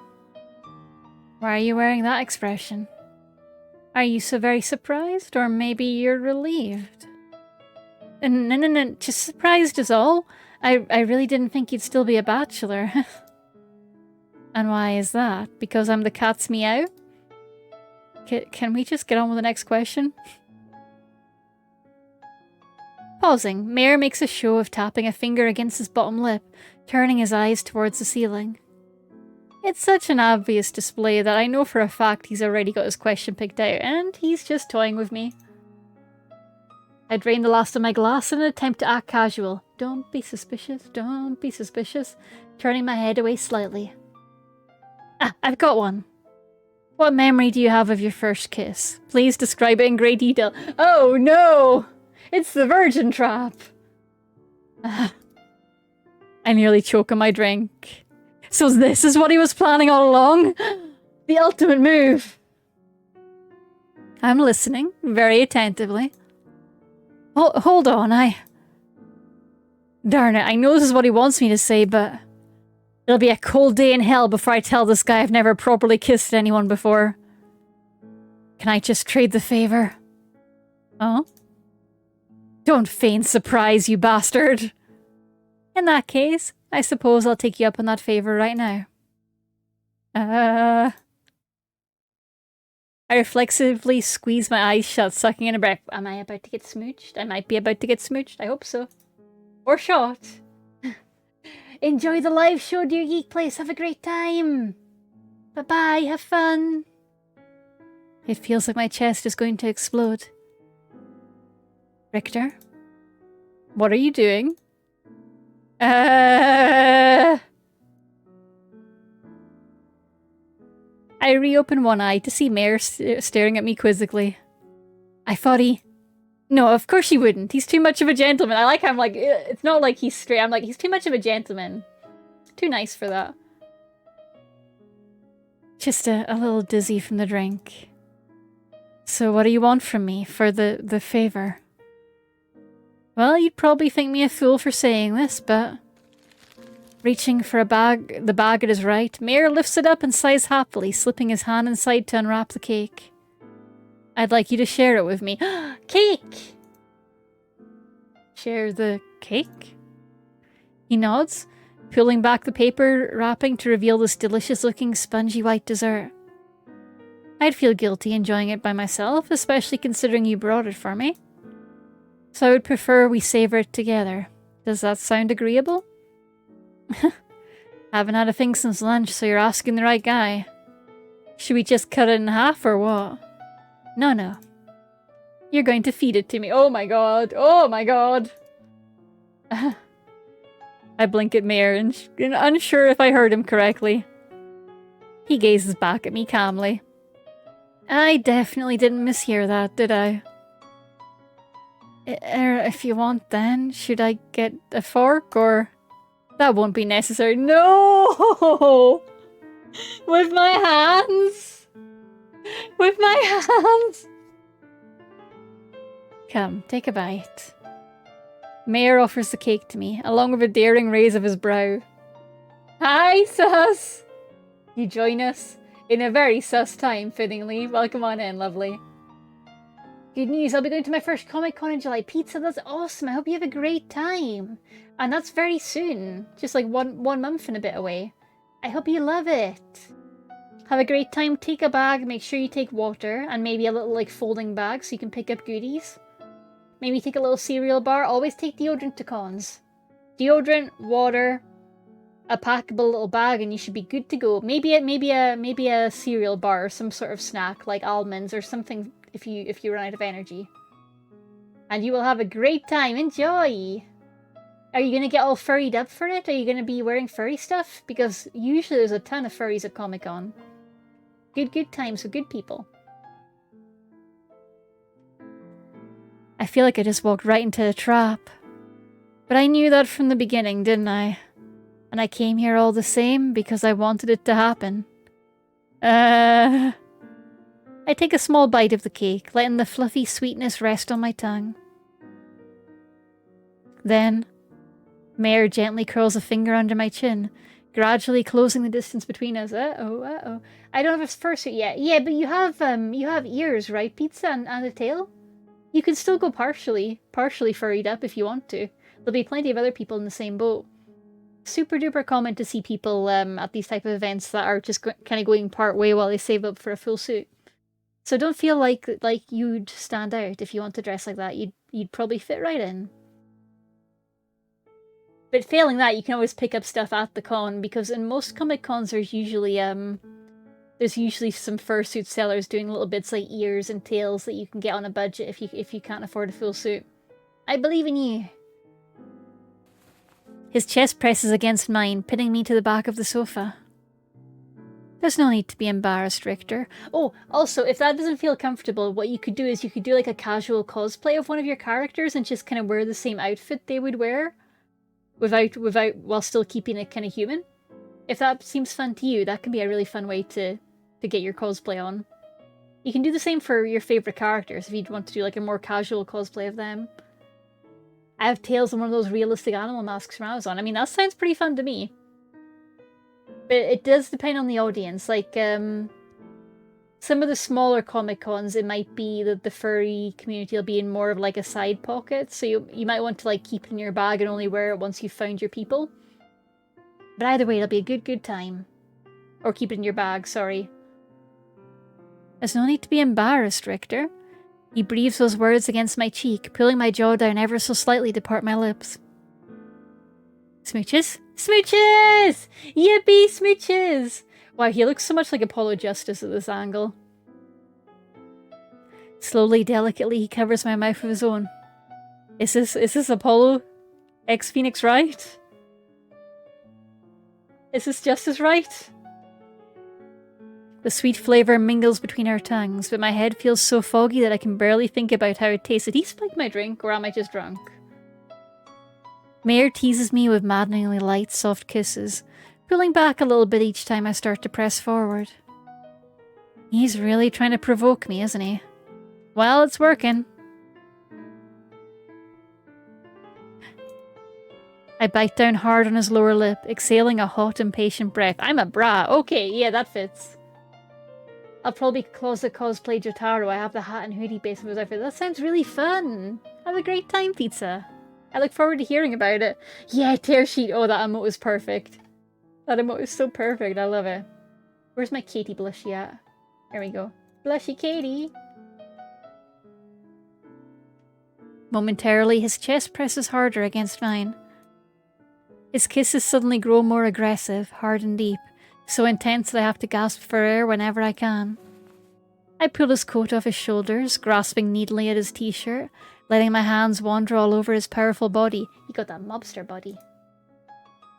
Just as his tongue starts to slip into my mouth, he pulls back, this time breaking into a devilish grin. He's a tease. He has brat taming experience. If I'd known that you would be so eager, I would have done this a lot sooner. Hell yeah! Are we going to spend the whole night talking or share more of that cake? I can't disappoint my favourite detective, now can I? It would be horrible if you clapped me in shackles and brought me in for interrogation after all. You sound pretty excited about that idea, actually. And can you blame me? Oh, my goodness. Mayor swipes a finger through the cake's icing. Oh my goodness. Then presses it past my lips. I suckle on it without hesitation, lapping the sweetness off his fingertip, a faint moan leaking from my throat before I can contain it. God damn! Richter! Richter, god damn! Richter?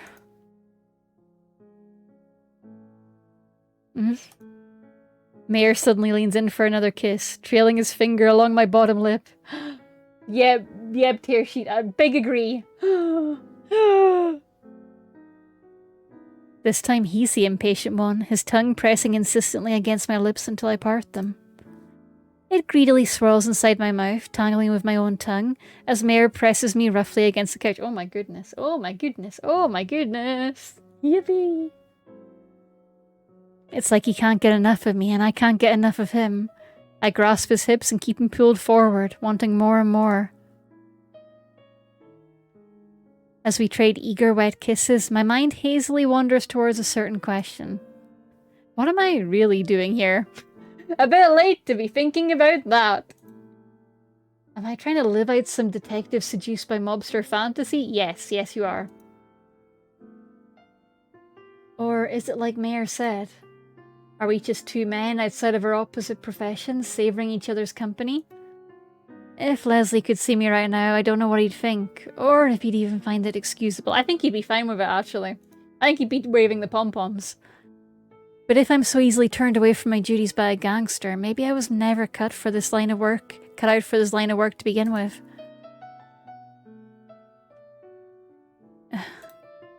One of Mayor's hands drifts down my chest, slipping around my waist to squeeze my hip. I normally wouldn't do this on a first date, especially since I'd like to give you a reason to come back. He heatedly murmurs a string of words in between breathless kisses, not giving me a moment to reply. But it doesn't feel like you'll need too much convincing. His fingertips tease along my inner thigh, sending shivers through me from head to toe. Just a little bit higher. Oh my god, Richter! Richter! Richter! Or he says, son of a bitch, I'm in. Yep. A little higher, come on. Oh no! No! No! No! There's no justice! There's no justice! A frantic knock at the door makes both of us jerk apart. Mayor smooths back his hair and clothes, sitting back and clearing his throat. Oh, the suffering of it all! The suffering! Come in? The door instantly flies open and one of Mayor's men bolts inside. Mr. Eastman! Mr. Eastman, there's a bunch of cops sniffing around right outside the joint. I think something's about to go down if we don't stop him. Wait! Those are my guys. Safety precaution. I jump up from the sofa, inwardly kicking myself. Damn it, I should have told them to go home earlier. I lost track of time and shit, there's no excuse. It's alright, Richter. Mayor's gentle voice calls to me reassuringly. Go put your men at ease. Maybe by some grand stroke of fate, you'll end up here again tomorrow, and we can resume our talk. Oh my goodness. He puts on one of those wickedly innocent smiles, winking at me. Thanks. I hope I can see you soon. You doubtlessly will. With a hasty nod, I turn and follow the other man to the door, smoothing back my own ruffled hair. Lucky for me, those officers probably aren't being paid enough to ask many questions. Oh, and Richter. He calls out to me as I'm about to cross the threshold, and I glance back at him. Don't forget what your real duty is, hmm? Good night. Mayor's man shuffles me along to the exit before I have a chance to reply. My real duty? What the hell does he mean by that? To the people, you said it yourself. Maybe it doesn't mean anything, but those words stick in the back of my mind, even as I leave the speakeasy to reassure the officers that I'm alright and defuse the situation. Hopefully I'll get a chance to see Mayor tomorrow, and I'll ask him then. My heart's still pounding from the end of our talk. When I finally get home and roll into bed, there's no way I can fall asleep, so I spend the night restlessly tossing and turning. I'd rather be hungover than this. Jesus, I'm worried about our guy who's been at the party. I hope he's okay. Ah, Jesus. This infatuation doesn't fade half as easy.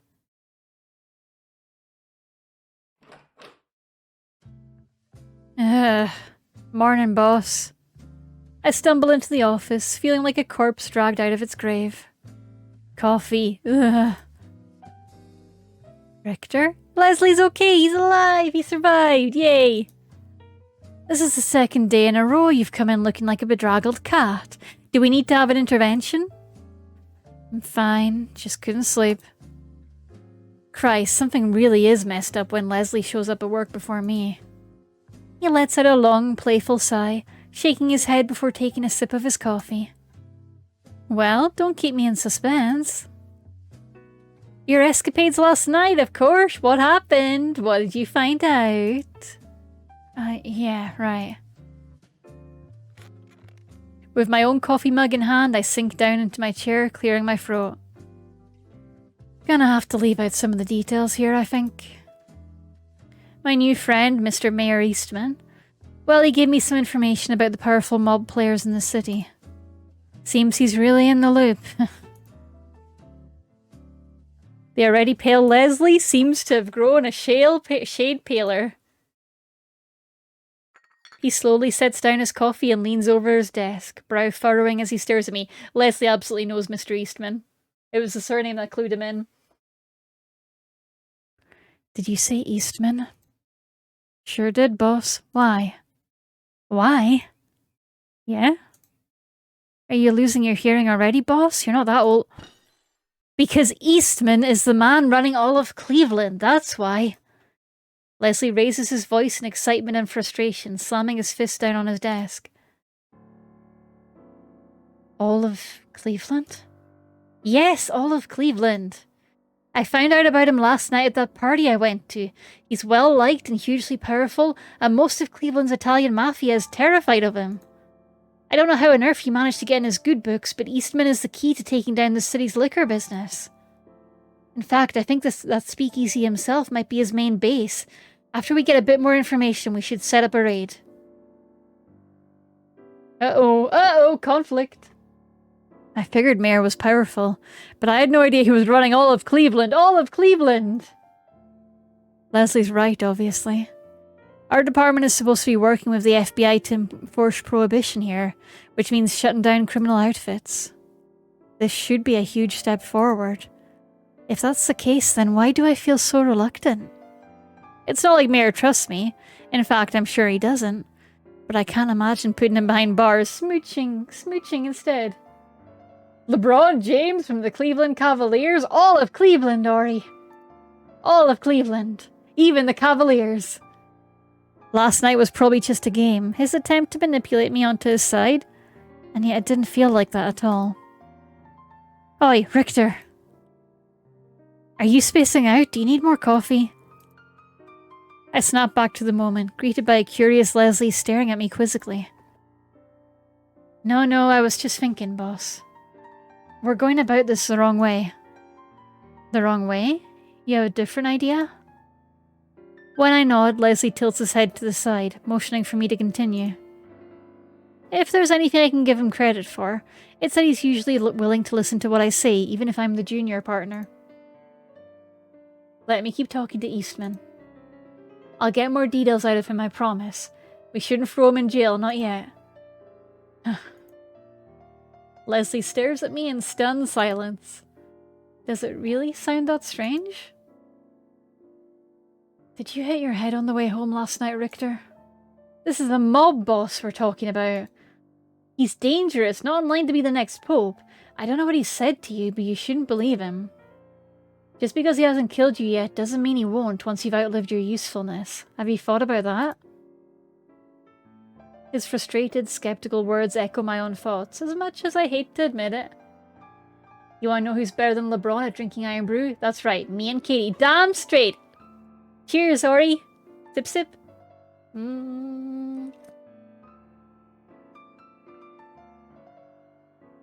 Sippy time! Maybe it's stupid to try and deny them, but before I can control myself, I blurt out the first thing that comes to mind. Except I don't have any fucking Iron Brew. I don't point the finger at me, Ori. I followed your lead. I'm innocent in this matter. He's not a murder machine, Leslie. He's not a one-sided villain who was born bad. Sure, most mobsters out there are ruthless bastards, but so are a lot of normal people. Mafia guys aren't some special breed evil to their rotten cores. Meyer, he's a businessman. He's using the law for profit. I know that, and I'm not saying I think it's right. But after talking to him, spending time with him, seeing how he's just a guy like any other, I'll be damned if I don't have more sympathy for him than whatever rich old highbinder is handing down orders in the FBI. I'm guessing that means like lad-hander? Highbinder refers to corrupt politician or swindler. It originates from the name of a Chinese-American criminal organization in New York in the mid-late 1800s. Oh. Leslie stays quiet, biting his bottom lip, a nervous habit of his, and avoiding my gaze for a long time. Don't avoid the gaze! They're in the room with you right now! You did it intentionally. You can't even pretend to accuse me of intent. Me doing anything intentionally? Fake. Fake news. I never raised my voice at him, nor anyone else for that matter. I instantly feel a little sheepish about it, but I didn't know how else to express my change of heart. Finally, Leslie rubs at his eyes with one hand and gently sighs, a small smile twitching at the corner of his lips. He stands up from his desk and walks over, giving me one of those affectionate, "what am I gonna do with you" looks. I guess I'm not all that surprised. You've always been compassionate and honest. Probably why you're a terrible liar. What if he kills me? What if my partner kills me? What if I'm betrayed by Leslie? He pauses, reaching out to gently ruffle my hair. Hair in one hand, gun in the other. Drama. There's still a worried crease in his brow, but I think he's trying his hardest to believe me. I do think him trying to murder me would, like, up the hotness levels. I'm just saying. What would be more delicious than that? The gaze! Exactly, sis. If you really, really think this man isn't out to just screw us over, and he'll be of use to the investigation somehow, then I suppose I'm willing to go along with it. For a little while, at least. Boss. A little while, I said. Hey, what? Hugs!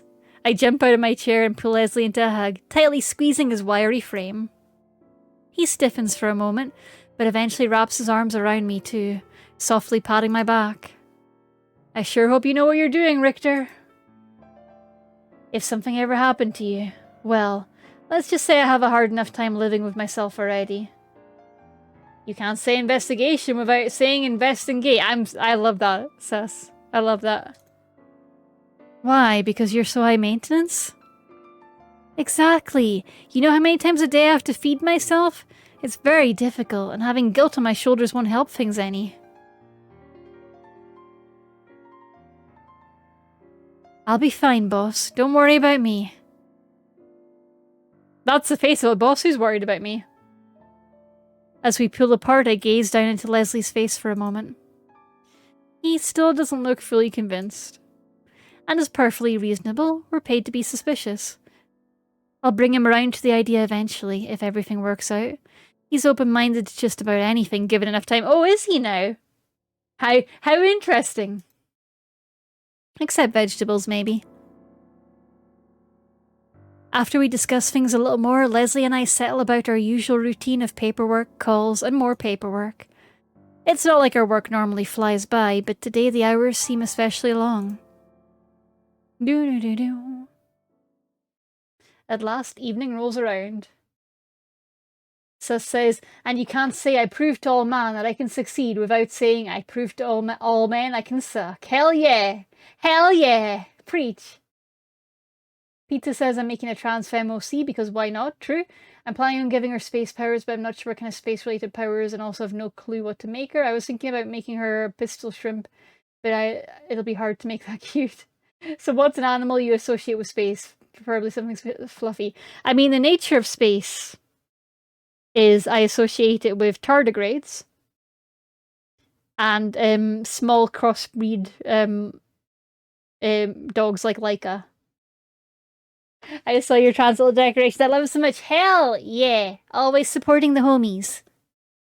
It's always trans month of visibility here. Trans day of visibility every day. I see y'all. I see all my homies and I love them. I love them. I love them so much. Cheeky would approve. Hell yeah! Gotta show support for the homies. I think there's a few of our overlays where we've kept the trans flag in, just cause gotta remind people. Gotta remind people where we stand. Always supporting my homies. At last, evening rolls around. My name's Gustav. A honk. It's pronounced honk. When I head outside, a honk honk.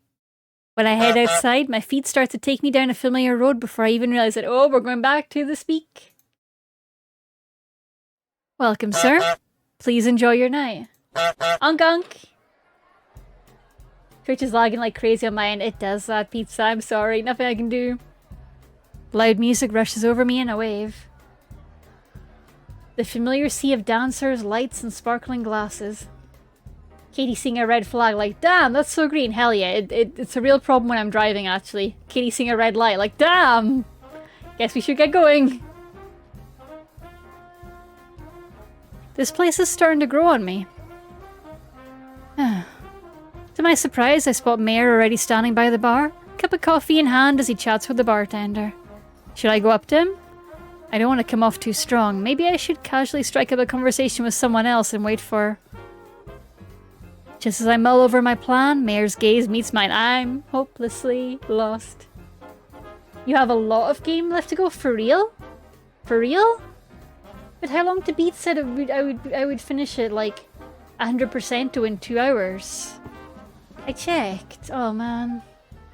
See, this is the problem with How Long to Beat, that it's based on people's reading speed, which I'm never going to be able to match with my spoken speed. Because yeah, I read fast too. But yeah, I can't match that when I'm streaming it. Ah, that's the problem with How Long to Beat when it comes to visual novels. It's always way off. He wants to see the yaoi. Always, always. Alright. I guess this is next Sunday then, is it?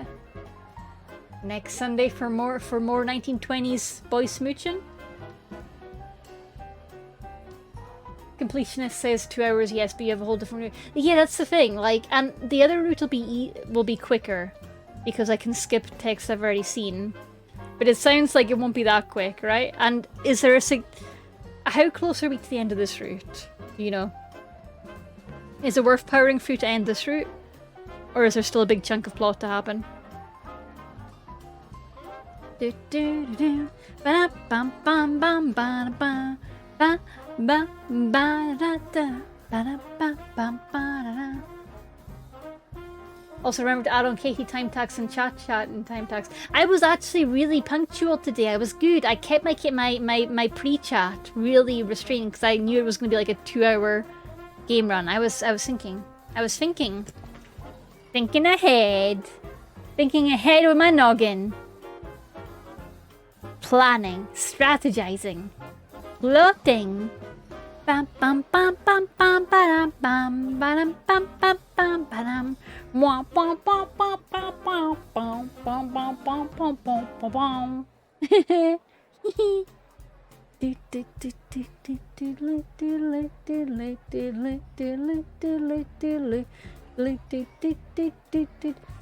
Alright, you can do that unless you're actively streaming. I feel like I'm being insulted. But that's okay, because I'm too silly to understand. Bam, bam, bam, bam, bam, bam, bam, bam. Just as I mull over my plan, Mayor's gaze meets mine. Mayor's gaze, that's me. I'm Mayor's gaze. He instantly breaks into a warm smile, beckoning me over. Phew. I wander towards the bar and step up beside him, clearing my throat to buy time as I figure out what to say. It's Mayor! Or Meyer. I actually need to check. Because I was worried I was getting the pronunciation wrong. Let me see. And I believe it's a traditional Jewish name, so I want to try and get it right. I say that because Meyer's story is very, very heavily steeped in Jewish lore. He's part of the Jewish mafia. They're in deep competition with the Italian mafia. Let me see. Let me see how they're... Okay, this one's got 49 ratings. Meyer. Okay, so like Stephanie Meyer. Okay. Meyer. Okay.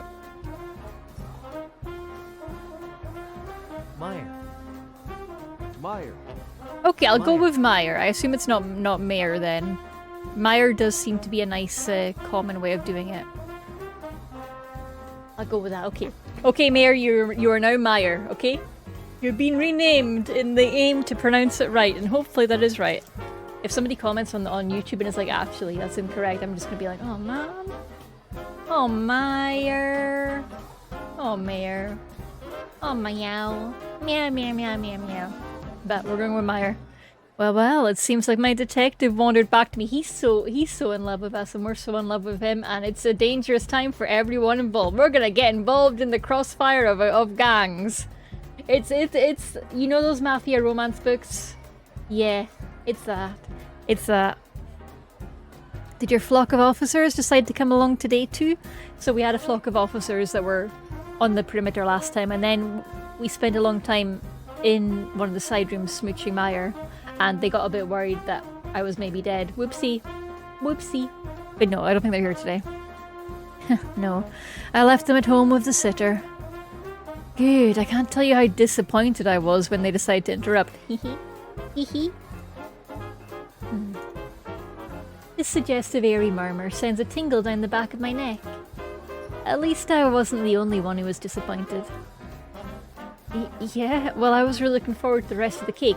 The cake was a Italian cake with lots of fruit in it, and I forget the name of it, but it sounded amazing.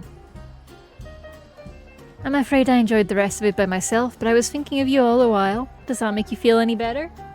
The cake was a lie. No, the cake was real. It was a popular cake from the time period too. It was a period-accurate cake. Because in Cleveland, it was a Cleveland-specific variation that had fruit. And I'm going to Google it now. Cleveland cake fruit 1920s. Cassata! Yeah, so it's the Cleveland version of the cassata cake, which is the one that had like sweetened ricotta and lots of fruit in it. Whereas a traditional cassata cake was very different and had like no fruit. What was in a traditional cassata cake? The same thing, according to Wikipedia. So I don't know what it was before it changed. The cake was just here to trick us into smooching. I mean, why not cake and smooching? Why not both? I think we can have both. We can have cake and smooching. And some very worried cops about to open fire. Not one bit. Meyer lets out one of his deep chuckles. Vroom vroom. Chuckles. Low and comforting. It always seems like his sly, evasive mask melts away for a split second whenever he laughs, betraying something vulnerable, because he's a cutie patootie who would do no wrong. And definitely hasn't done gangland crimes. Look at that haircut. That haircut would never. And apparently a fresh kind of iron brew, actually. Sorry, I didn't realize that it was actually half a mile away from the mic. I wasn't trying to get that caught up on the mic, but apparently it did it. My mic is so weirdly selective. Now I'm paranoid that I'm coming through the wrong mic, so I'm gonna go check. I don't know why this You is will my give me an method of act. checking. I don't know why. I don't know how I would check that I'm coming through the right mic. I'm pretty sure I am. Fairly sure. Let me, I'll double check. I'll right click the audio properties. Blah, blah, blah, blah, blah. Blah, blah, blah, blah. Hello, Lone Wolf. How are you doing? I thought I saw you picking a Coke up on your way to the grotto. I do have a Coke. I have a backup Coke, yeah. In case I just feel like a variety. You sound good to me. Perfect. Thank you, Zarzar. Listen, Richter. If you'd prefer, we can always linger out here and talk. As much as I want to savor all of you in private, oh my. I'm more than happy to just enjoy your company, discussing whatever flights of fancy we have. I probably shouldn't have said that. I imagine my seductive air of mystique is all but ruined for you now. Oh no. Oh no, don't be sad, Meyer. No, I hadn't even... Never mind. His leg lightly brushes mine, underneath the bar and out of sight. He's so bold, this guy. Yeah, he owns the place.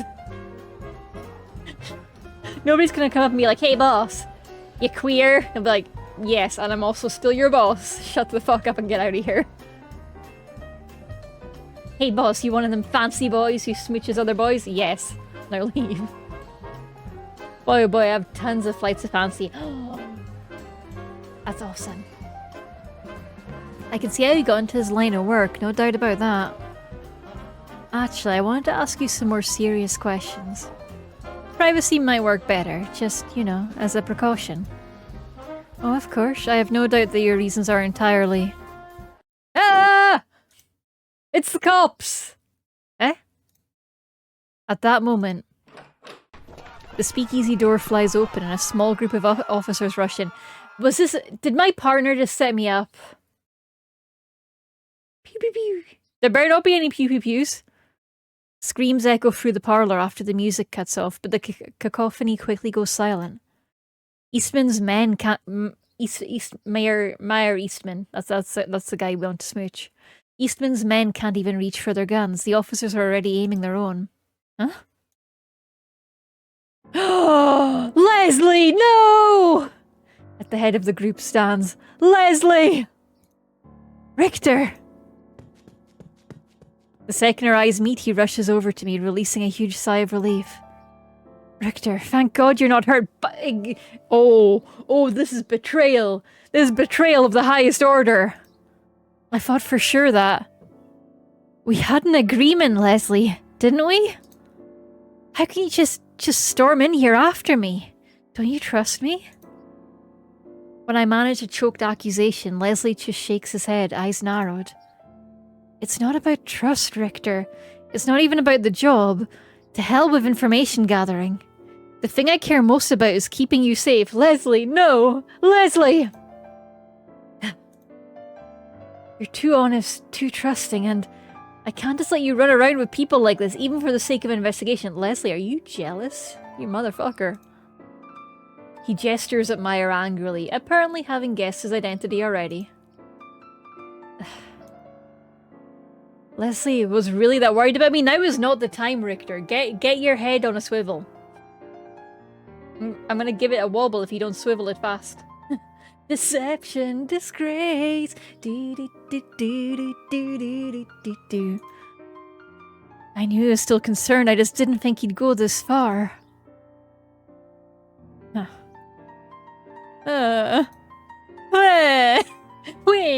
Every time you put a ... in your visual novel, you just give me free reign to make whatever fucking noise I want to. So, if you're making any BNs, do keep that in mind. ... is free reign for me to just make sound effects up.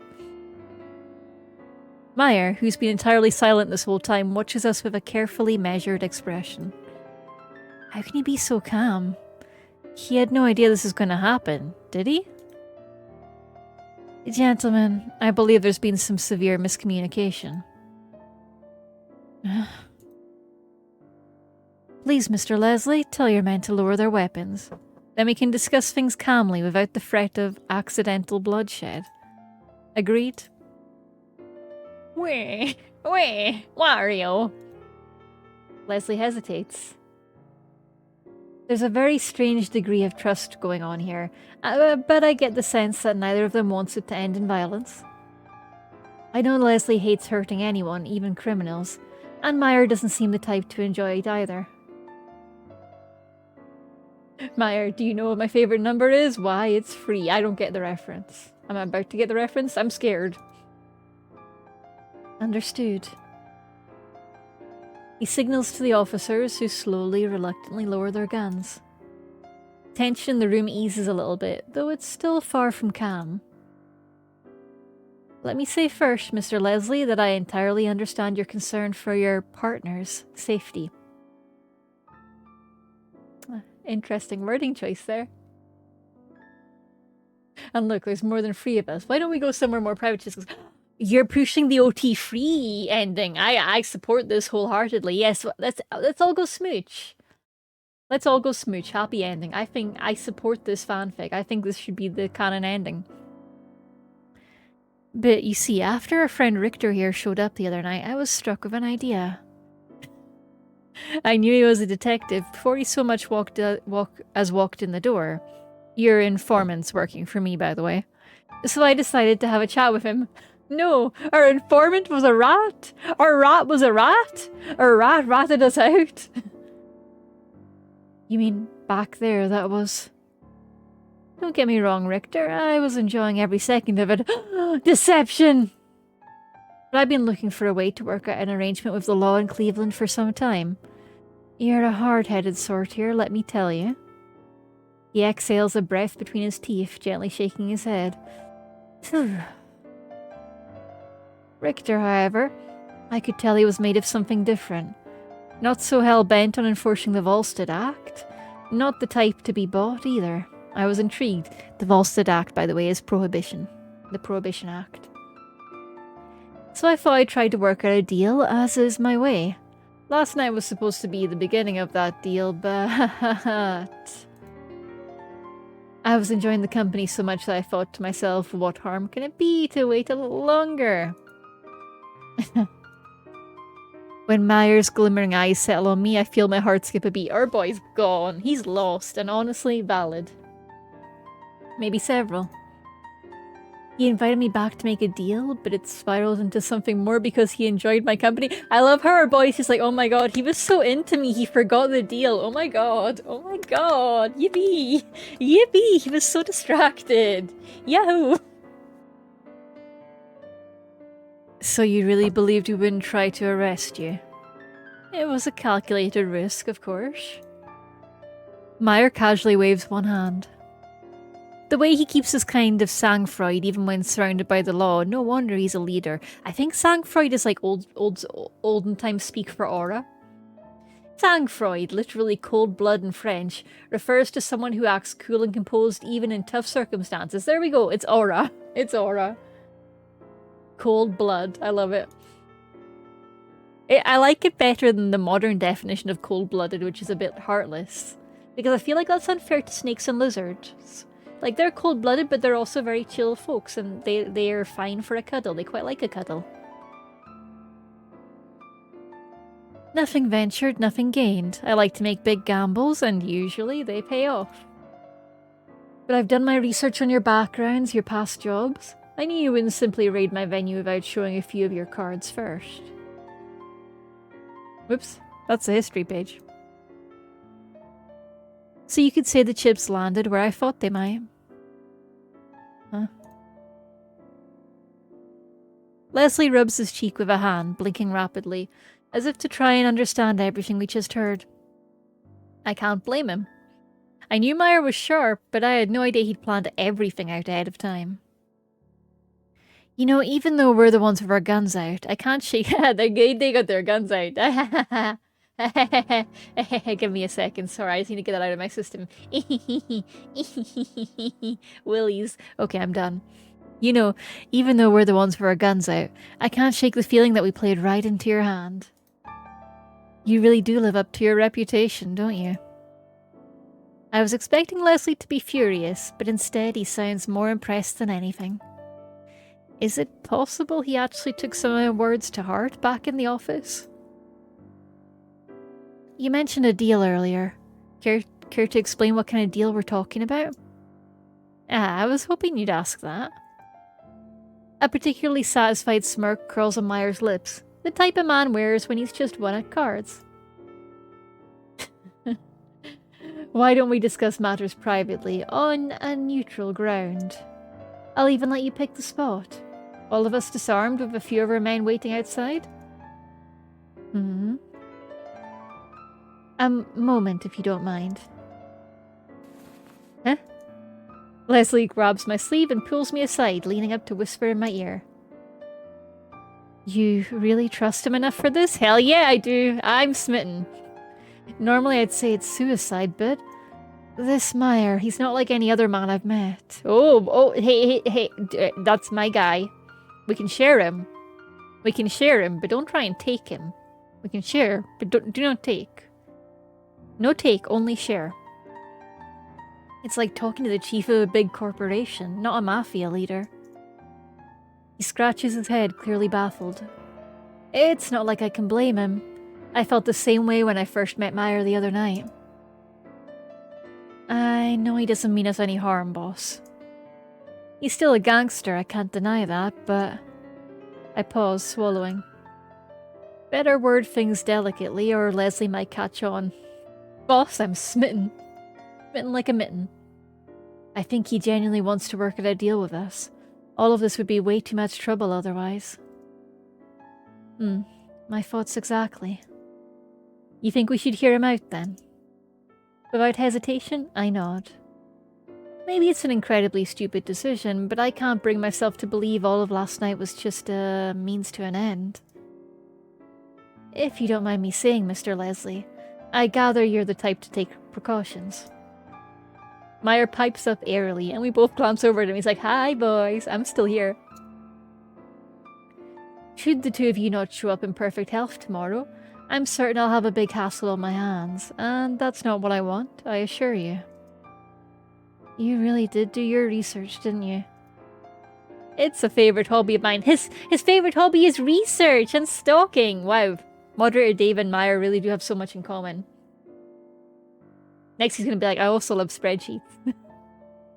So that means you know what size underwear Richter wears? Boss! I'm afraid you'll have to barter for that information. Oh, you drive a hard bargain, do you? I like that. I like how they're using... I feel toyed with here. Ah! Sorry, that was a seagull. Sorry, a seagull just went past the window and went, ah! And I have no idea if it actually got caught by the mic, but I instinctively hawed back at it. Oh! Sorry. Cat instincts, you know, I gotta chitter at the birds.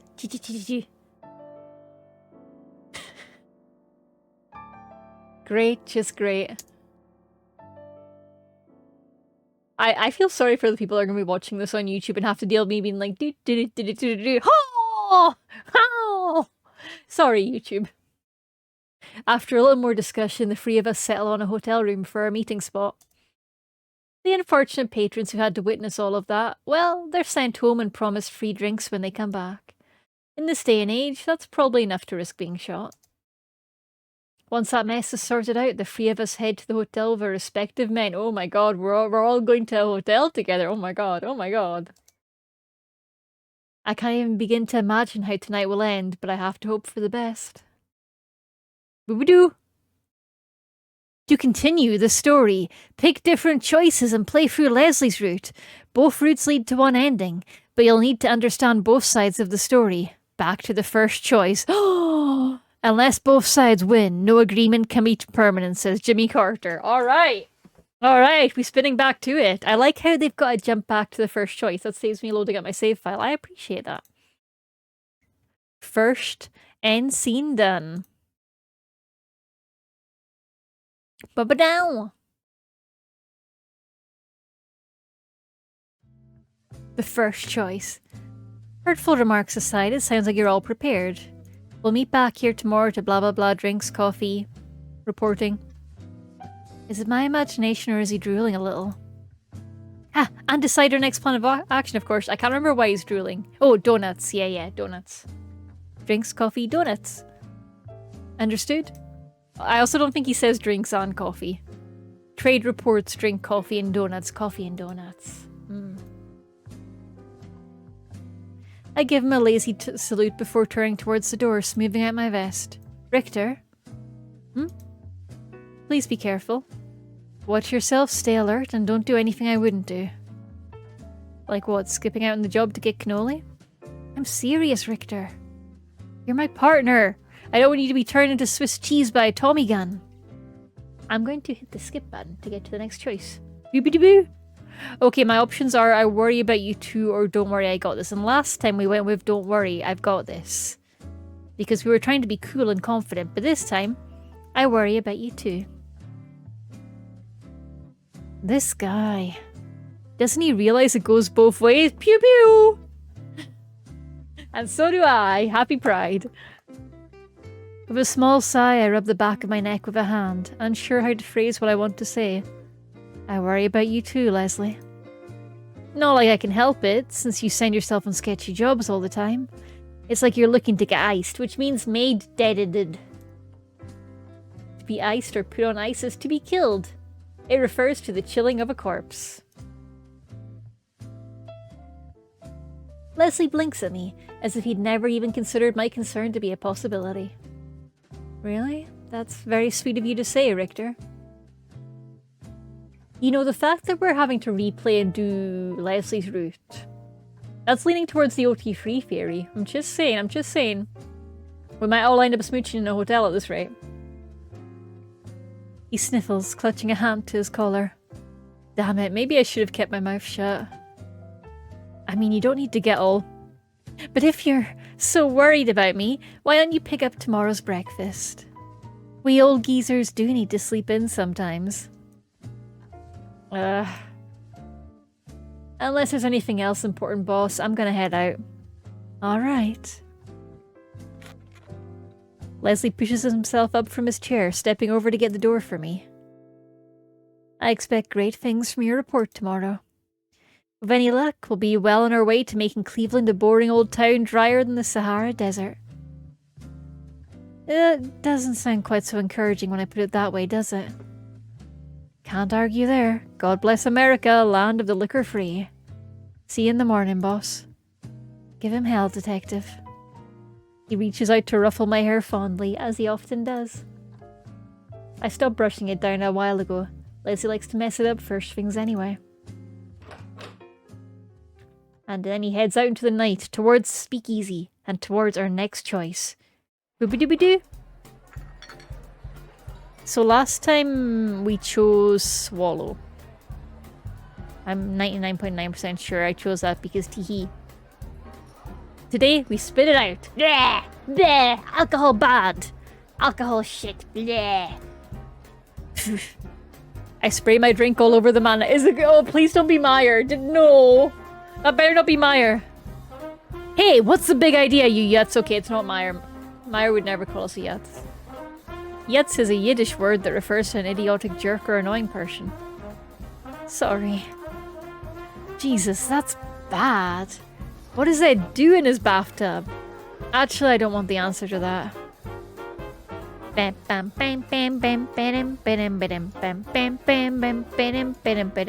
I'm eavesdropping on the guys near me. And Meyer is soon to appear. One drink is enough for me. Sorry, Meyer. Well, to be honest, one of Ed's special is about all the Ed I can take. Is that so? Jesus Christ, Meyer! You seem like someone who can take quite a bit more. I think you're just being humble. Jesus Christ! Jesus, we've only just met in this timeline, Meyer. Calm yourself. He remembers the other timeline. No, really, I like my tongue too much to put it through any more of Satan's mouthwash. My dry comment makes the stranger chuckle, and he flashes me a wink. Oh, so that's the problem? Well, never fear, I'll take good care of that tongue of yours. What's that supposed to mean? Bartender, a fresh drink for the delicate-tongued gentleman. I'm still a delicate-tongued gentleman in this timeline.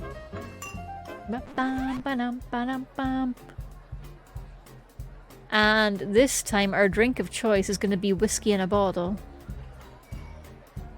Though actually, I feel like something sweet is way more of a Leslie option. But we haven't seen what happens when we ask for whiskey, so let's do it. Whiskey, of course. Do I look like a guy who'd drink anything else? You don't seem to have much trouble with the other drinks you've enjoyed tonight. I spat it out, come on. That's because you were distracting me. Really? Am I that captivating? You were practically holding me captive from the start, so yes. He lets out a low chuckle, shaking his head. There's something charming about his laugh. Maybe the way it comes from deep in his chest, gentle but resonant. Whiskey it is, then. And only the best kind, as a mensch deserves. Mensch is a Yiddish term that literally means man, but can be used to refer to women as well. It's a compliment used to describe someone who is honourable and compassionate. Oh, a compliment. I'll make sure to take excellent care of both you and your refined palate. You're acting like I've already made up my... You're leaving? Mayer sips the last of his coffee and pushes it away, smoothing his hair back with one hand. I'm afraid so, Jack. I've got some business to attend to, but I do hope I'll see you tomorrow. I forgot my short-lived codename of Jack. And tonight's drinks are a treat, as a small token of thanks for your delightful company. Dooby-dooby-dooby-doo-doo, timey-wimey. I don't remember if we told Leslie that he flirted with us. I think we just said he seemed important. So this time we're gonna be honest. And he flirted with me. He flirted with me, boss. I'm vulnerable, help me. He may have been flirting with me. You what? Leslie raises his voice incredulously, jaw dropping. Well, it could have just been that I misread things, but... The nerve! Unacceptable! Leslie pushes out of his chair and begins to pace around the office. I can't tell if he's genuinely angry or just fussing like he normally does. How dare he? Flirting with my junior partner! Oh my god, I see that emphasis, my boy. I see it. Really? That's the issue you have with it? Her small, defenseless little Richter, at the mercy of some cruel gangster. If only I'd been there. I'm bigger than you, boss. This Meyer had better watch out, mark my word. Boss? He freezes when I call out to him in frustration. Well, when he gives me that innocent did I do something wrong expression, I can't really stay annoyed, can I? Oh, look at his little face, like a little puppy dog. It's like,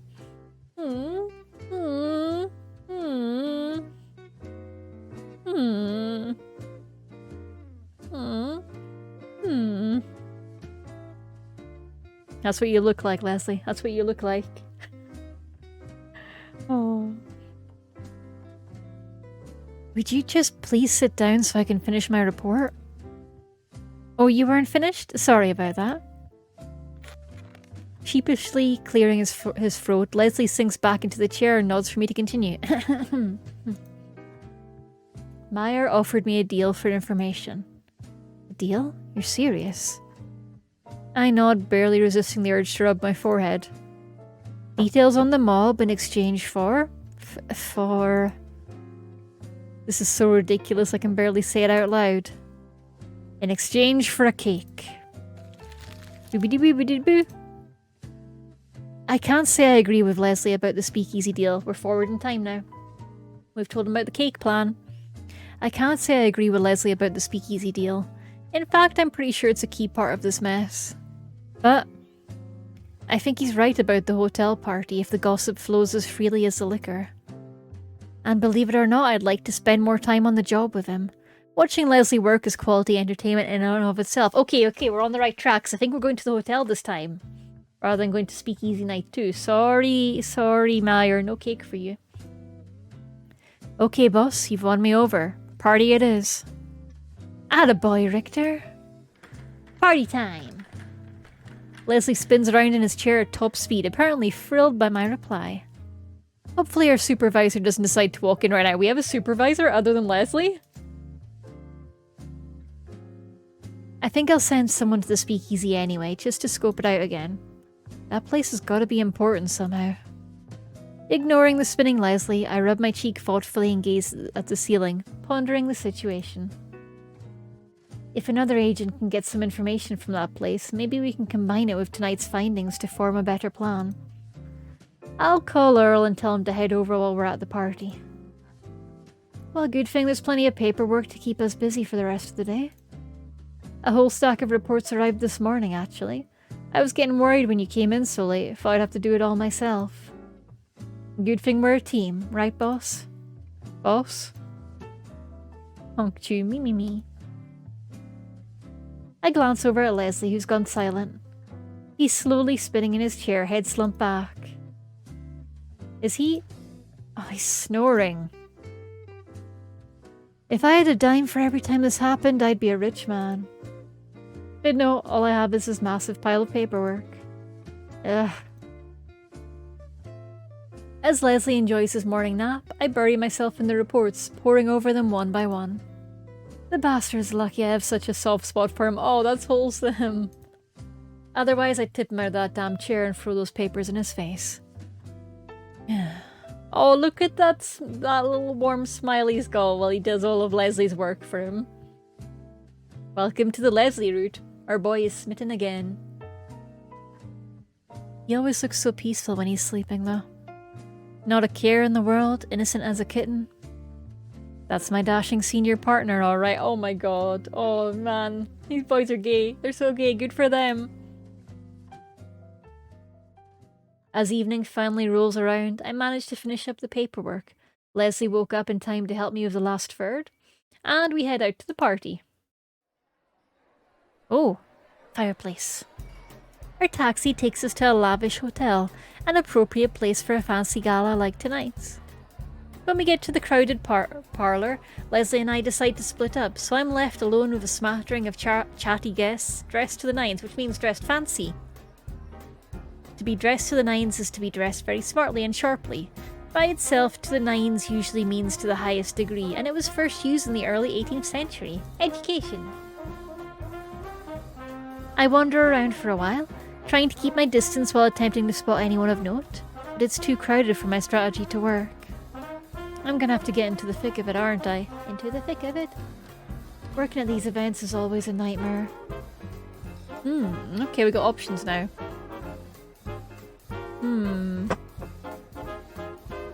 I don't really want to eavesdrop on politicians, that sounds like my kind of hell, so I'm gonna mingle with the partygoers. I might pick up some useful tidbits if I get closer to the guests. They sure sound chatty. Wine will do that to you. Stuffing my hands in my pockets, I casually stroll by a couple standing near the fireplace, tuning into their conversation. Well, if you aren't just the prettiest little doll in a dress. Trying to sweet talk me? No, I'm just telling the truth. You remind me of the vamp, just a little. Wider, that's all. One of the earliest movie sex symbols was a silent movie actress named Theda Bara. She earned her nickname the Vamp from playing a score of sexually predatory femme fatale roles. Nice, good for her. What? How dare you? Get lost, I'm through with you, you cad. Oh, well, that's the situation. What a charmer. Reminds me of my own lack of a love life. It's tough to find the time, let alone a dame who seems worth chasing. Love's just too hard to worry about, isn't it? Especially since I've got my hands full with Leslie. God only knows how I could look after someone else too. I do get a little lonely now and then, but I guess it's just part of the job. Wait, what am I standing around brooding for? Damn it, I didn't come here to feel sorry for myself. I can do that at home. Sighing to myself, I turn around and start scoping out a more promising group to join. Richter! A sing-song voice suddenly calls out my name, floating over the loud chatter of all the guests. A very familiar sing-song voice. Boss? Boss, you... Ah, there you are! Whoa. Leslie comes stumbling towards me, crashing right into my arms. Oh my god, he's blazing. He's blazing. I managed to catch him considering he's lighter than a paperweight, but I can't get him to stay upright. He keeps slumping back on me, not even attempting to stand straight. Of course you wouldn't attempt to stand straight. Boss, just what the hell are you doing? not so loud. We're blending in, Richter. Blending in. He's completely smoked, isn't he? Another term to describe drunkenness. Smoked like a kipper. I can already guess what happened. Leslie can barely handle a single drink, and the champagne's flowing like the Nile here.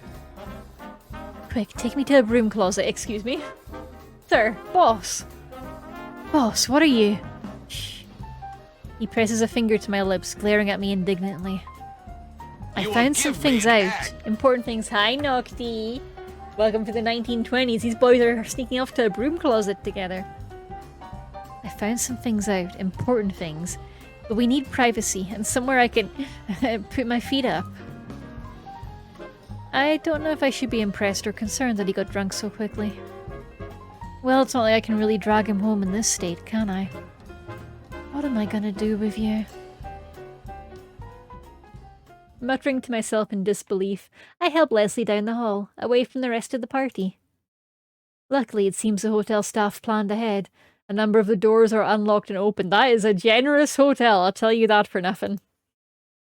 For situations just like this one, no doubt.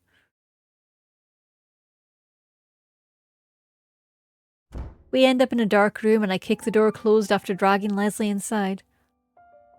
A broom closet. You're off your rocker, boss. I just got an AMD driver timeout. A quick tech check. I'm still coming. Oh, okay, I'm frozen. I'm frozen. Oh no. Oh no, I'm very frozen on the stream. Let me do a quick check in live to see if it's just an issue in my OBS. You're right, to find yourself in a dark room. I do. I just want to understand my video drivers have malfunction. I can't see myself moving. But if you guys can still see me moving, I'm not too worried. You might just kind of fly blind. But let me just load up my stream and see how we're looking. I need to take. Oh no, I can keep the hat on actually, because we're Detective Katie. I could adjust it to be less janky.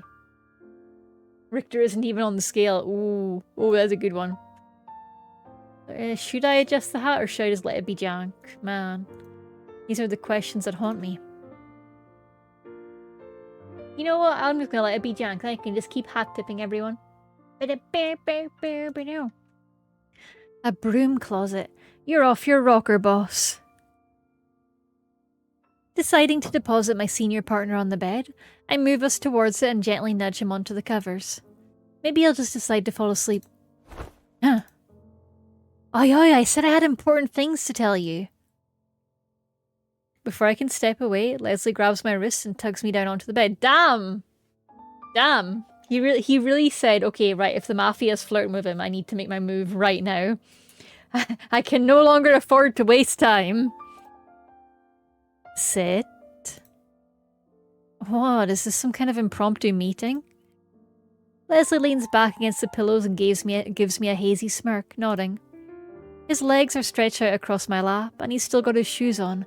He'll get dirt on the bedspread at this rate. Oh, taking off my boots? You're too good to me. I don't deserve a partner like you, Richter. I really don't. Look how warm his face is. This artist is really good at drawing really soft, warm expressions. Someone's gonna take care of you. True, true. I don't envy that someone. Our relationship is a running joke between us, but I've never been unhappy with how things are. Leslie takes care of me too in his own little ways. Buying me food, teaching me French on the weekends. Oh my goodness. Teaching him French on the weekends? Making me stay home and bringing soup every time I'm sick. Whenever I need him, he's always there. Hello, Richter? Anybody home? Knock knock. Huh. Leslie snaps his fingers in front of my face, giggling to himself. He'd been staring at me for, about 30 seconds. That's because I was thinking about what a big fat hypocrite you are. Hypocrite? Moi? Razzing me this morning for being hungover, but here you are, fried off your mind. Fried is one of the many slang terms for drunk, used in the 1920s and beyond. Well, nobody's perfect, not even me.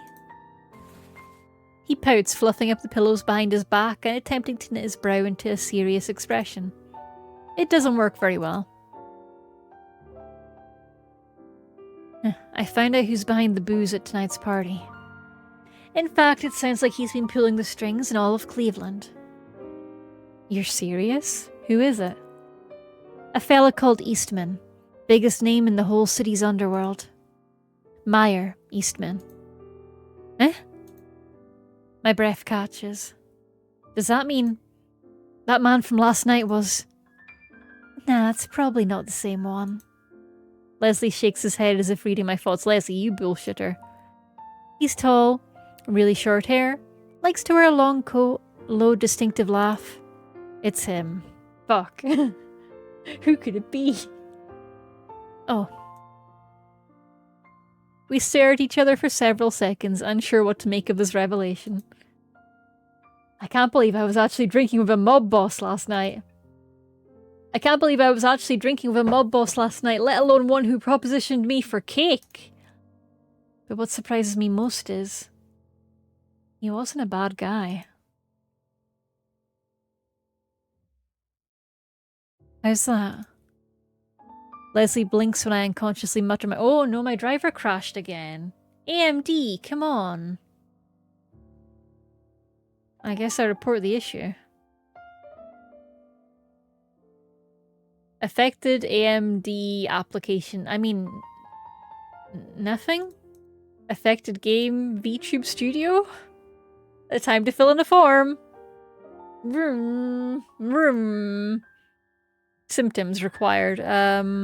Crash. Game. I guess it's a manual type. Okay, VTube Studio. It's low. Okay, VTube. Other application. Other application it is. VTube Studio.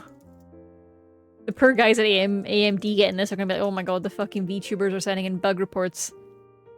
VTube Studio keeps crashing suddenly. Steps to reproduce. Step 1, be a VTuber. Be a VTuber.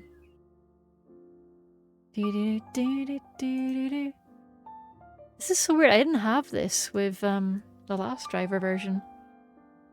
What if simplified Katie? I could, but consistency with the earlier VOD, you know? I could do Pixel Katie though. That doesn't solve the consistency issue. What I can also do is I can close a couple of tabs. I'm gonna close Discord.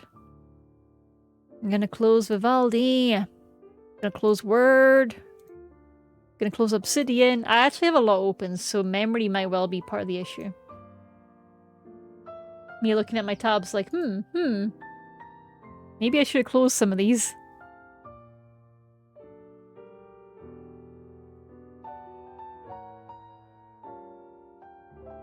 You think I edit the scuff out? No, I don't. I would never assume such a thing. Oh, also I have Elgato running because I clicked it by mistake, so let's blame Elgato. Even though their name means the cat, which means they should be friendship, but they're sometimes they're not. Hong Kong, Kai Nocti. Sorry, we're just doing a little tech restart. Bam. Anything else hiding in my disk tray that I need to get rid of? Let's quit Discord properly. I think that'll do for now. I'll quit that as well. I just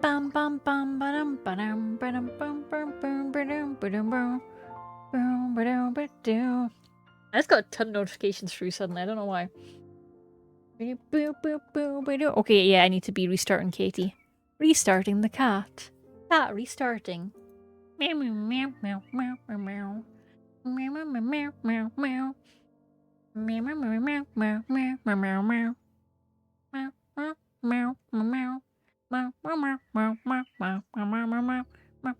meow meow. And reconnecting bones. Bones. We got bones again. Bunny cat. Okay, I think we're good.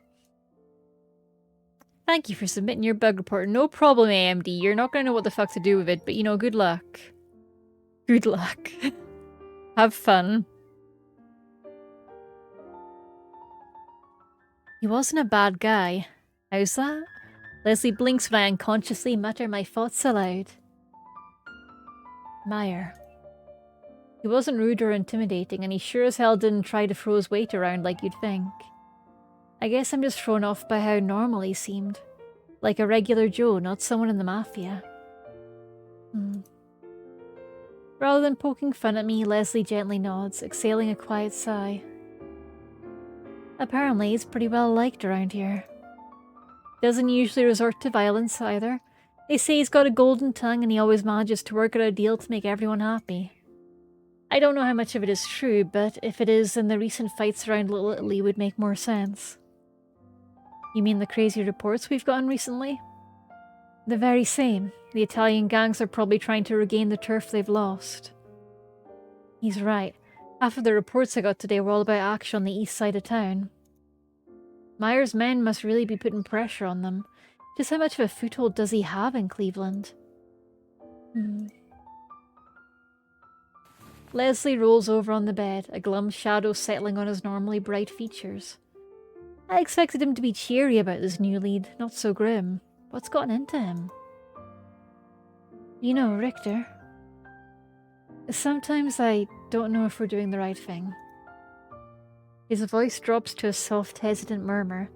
The first time I've ever heard him so unsure of himself. Oh, buddy! Boss? You know, helping enforce prohibition. My shock must be obvious because Leslie lets out a wry laugh. I bet that has to sound rich coming from a drunk sap like me. You probably think I'm nuts, but to tell you the truth, I've never been certain of it all. Is it really the government's job to tell folks what they can and can't drink? Will a dry America really be a better place to live? Seeing folks enjoying themselves and relaxing like tonight makes me think liquor is not just for fun, it's part of our culture, our customs.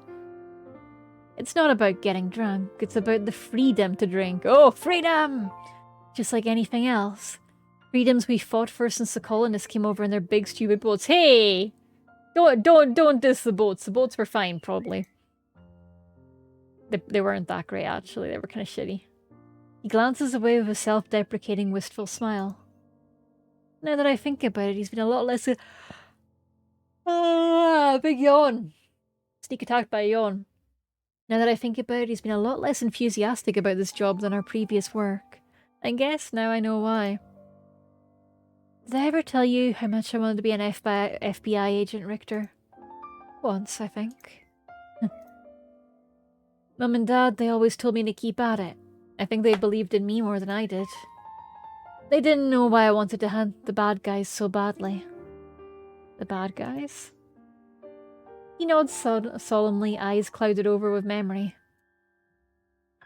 My parents were saints, but some of my friends, they weren't so lucky.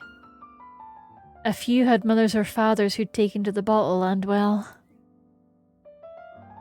the ones who didn't have marks on their bodies had them in their minds. It crushed me seeing it happen to the people I cared for, being so powerless to stop it. That's why when the Volstead Act rolled out, I was all for it. Surely it'd stop the same thing from happening to other kids. Leslie slowly trails off. Our gazes meet for a long, somber moment. But I guess I'm starting to grow up now.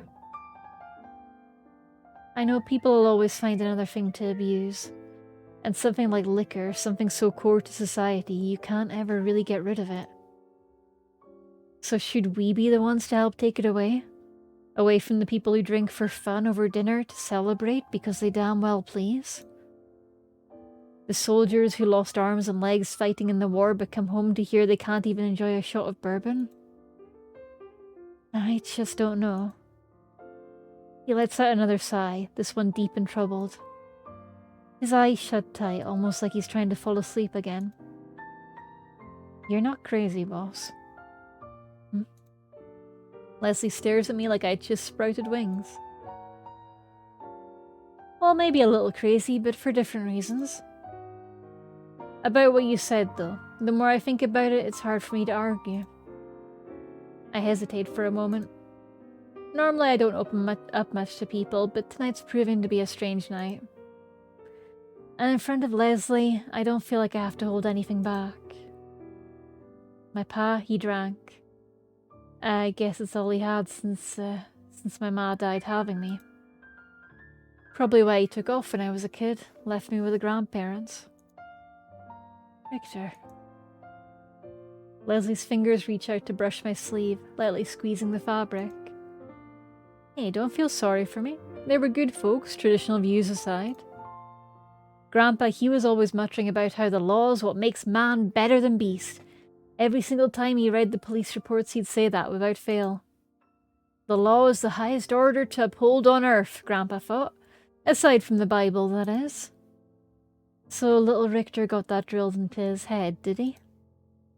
I nod, smirking faintly. No crime headlines to read in heaven, Grandpa. You must be pretty bored up there.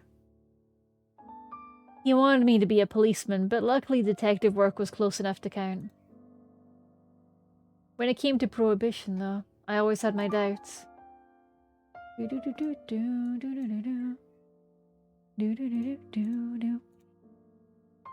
the law makes us better than beasts, but the government's not the gospel. Ads are incoming in 2 minutes. Maybe the law makes us better than beasts, but the government's not the gospel. I don't know, it just doesn't feel right to follow orders just because they're from the top. I joined the agency to help people, not make their lives harder. Anything that goes against that, I just can't put my heart in it, feds or no. By the time the last words leave my mouth, I feel like a complete idiot. Just because Leslie shared his story didn't mean I had to go and babble on. It's like I'm an old church lady or something. Ugh. You know, Richter, I really admire you. Huh? Leslie smiles warmly at me when I glance at him in shock. Where'd that come from, I wonder? Unlike most folks, you don't always take things at face value. You stop and think, you feel instead of only judging. Maybe you should be the senior partner, then I'd feel better about relying on you so much. I think you've got it wrong, boss. I'm just a regular old... No, there's nothing regular about you. Not to me, anyway. No, you're a special breed of fantastic. I read that as a special breed of autistic. The first second. And I'm like, that doesn't make sense for the time period, but it would be heckin' cute. No, you're a special breed of autistic. The kind I would like to breed. Dating some idea right there. You're trying to romance a special breed of autistic. The very breedable kind. Huh. He doesn't normally give me these genuine compliments. How the hell am I supposed to respond to that? I admire you too, boss. What I mean is Oh? Please, do tell me more.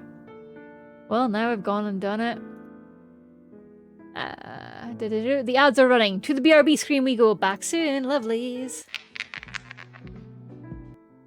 And we're back. Welcome back, lovely people. Welcome to the hotel room, where we're flirting with the boss. I can tell he's not going to let me get away with this one, so I better come up with something quick. I guess I really admire... Oh, we got options. I feel like dedicated is more genuine, though he is adorable. Let me... say how dedicated you are. How dedicated you are. To your job, to your friends, everything. Look at that smirk. I admire that ass. Yeah. Even if you don't act like it sometimes. Leslie's face scrunches up in a show of half exasperation, half amusement. Were you listening to the thing I just said? After all that, you can still call me dedicated? Oh, come on now. All that talk was proof of how much dedication you really have. A dedicated man asks questions to try and do what's right. He doesn't blindly follow orders. Doopy-doo. That's why I respect you, boss. A soft, affectionate smile warms Leslie's face. It's nice to see him happy again. A smile suits him a lot better than that glum frown. Oi, Richter. Leslie's tone suddenly turns serious again. Almost too serious. Now that we've poured our hearts out to each other, I need to tell you something important. What's that? Well, I'm not just gonna bellow it out. Come on, man. It's a secret. Lean down. He impatiently beckons me closer. Curious, I scoot towards the head of the bed, leaning in to listen. I'm not sure what could possibly be so... Huh? A hand grabs the back of my hair and pulls me down. The next thing I know, he really wanted to ruffle that hair, huh?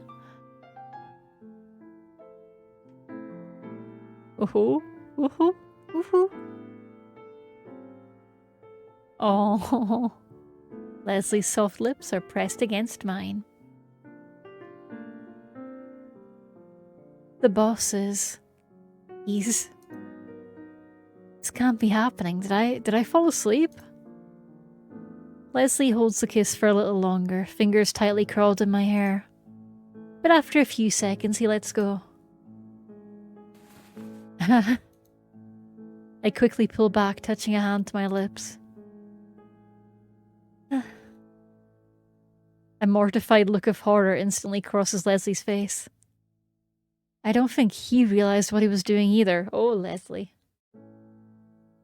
Richter, I'm sorry, I didn't mean to. The booze, I just...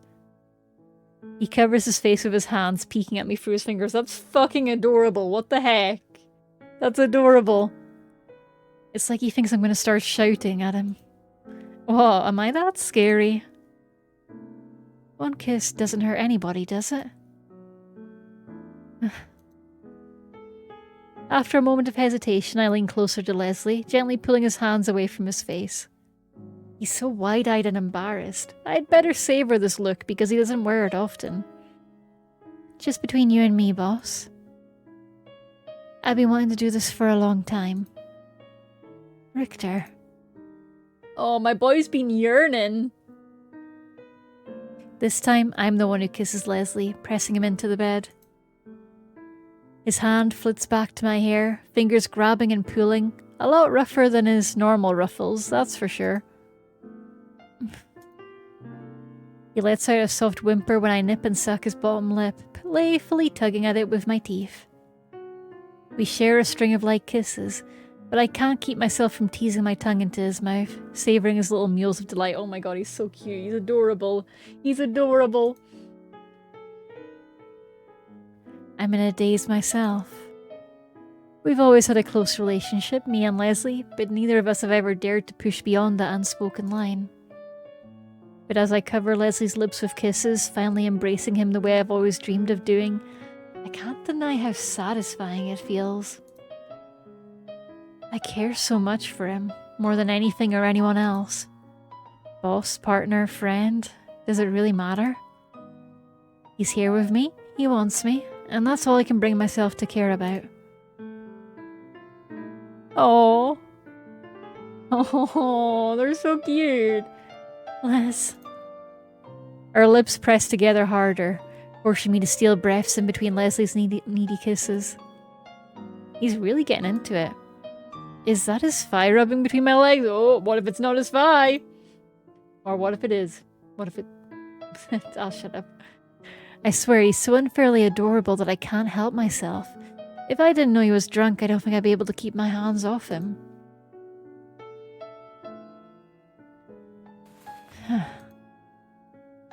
Finally, I draw back, just enough to suck in some much-needed air.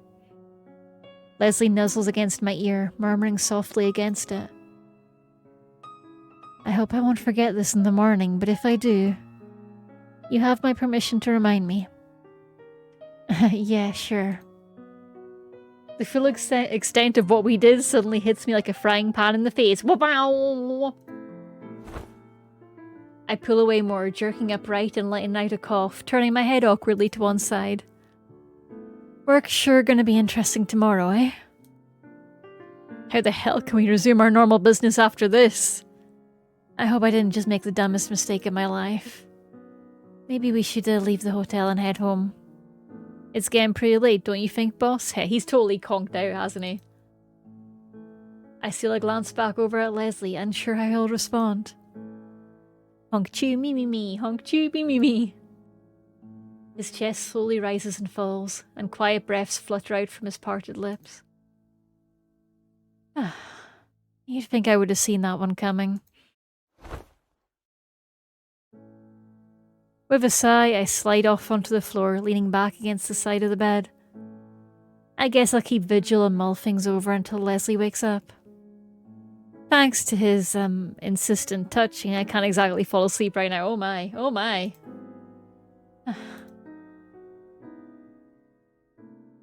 Well, whatever happens after tonight, I can't say I have any regrets. You're really something, boss, that's for sure.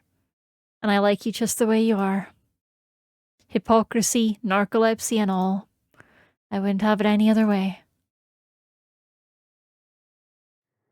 The next morning dawns. I stumble into the office bright and early, letting out a long yawn. Big yawn.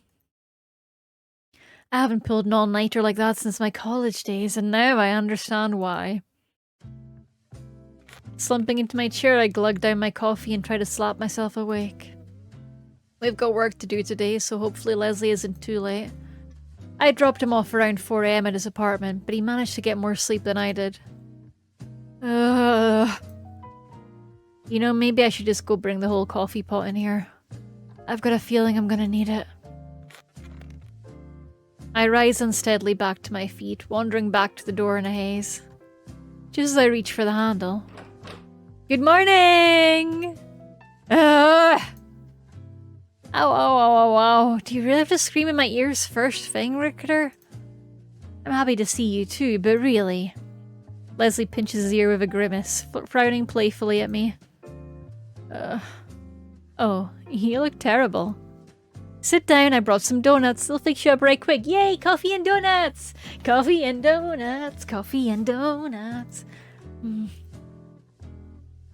I let Leslie steer me back to my chair, and he stuffs a donut into my mouth. It's good, but I'd trade all the donuts in the world for a few hours of sleep. We sit in unusual silence for a while, munching on our breakfast and sipping coffee.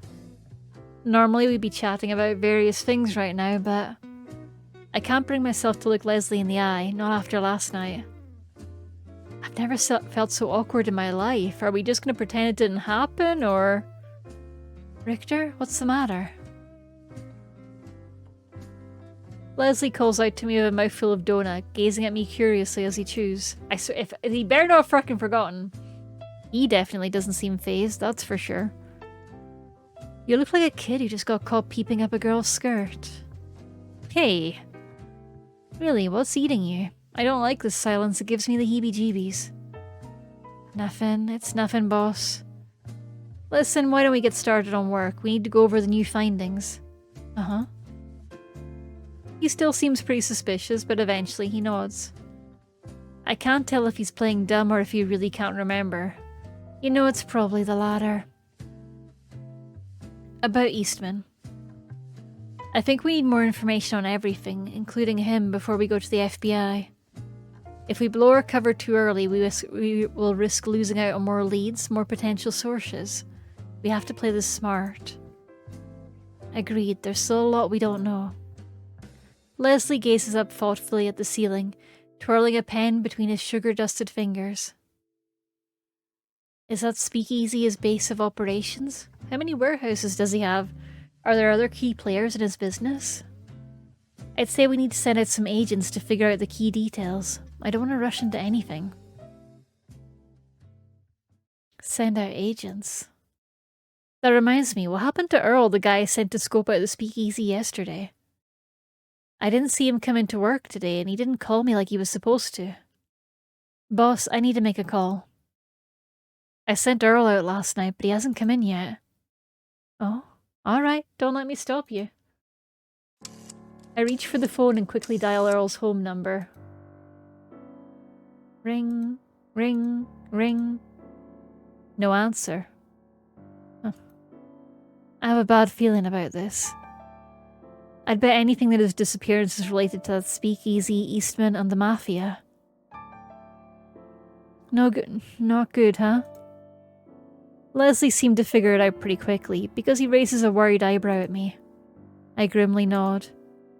Damn it, I should have gone there myself last night. If something's happened to Earl, then... We'll get some officers and head over there this evening. Boss? Just a quiet investigation at first, see if we can find out anything about Earl. If there's incriminating evidence, then it'll turn to a full-blown raid. But hopefully it's just at some cat house this morning hungover. A cat house is slang for a brothel, used commonly in the early 20th century. The term cat had been used to describe prostitutes, which is possibly where cat house as a euphemism for a brothel comes from. The term what? The term what? Excuse me? Excusez-moi? Excusez-moi?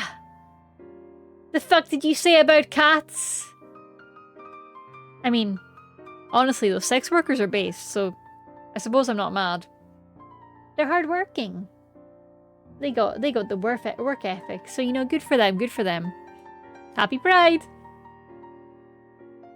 Leslie gives me a small, reassuring smile.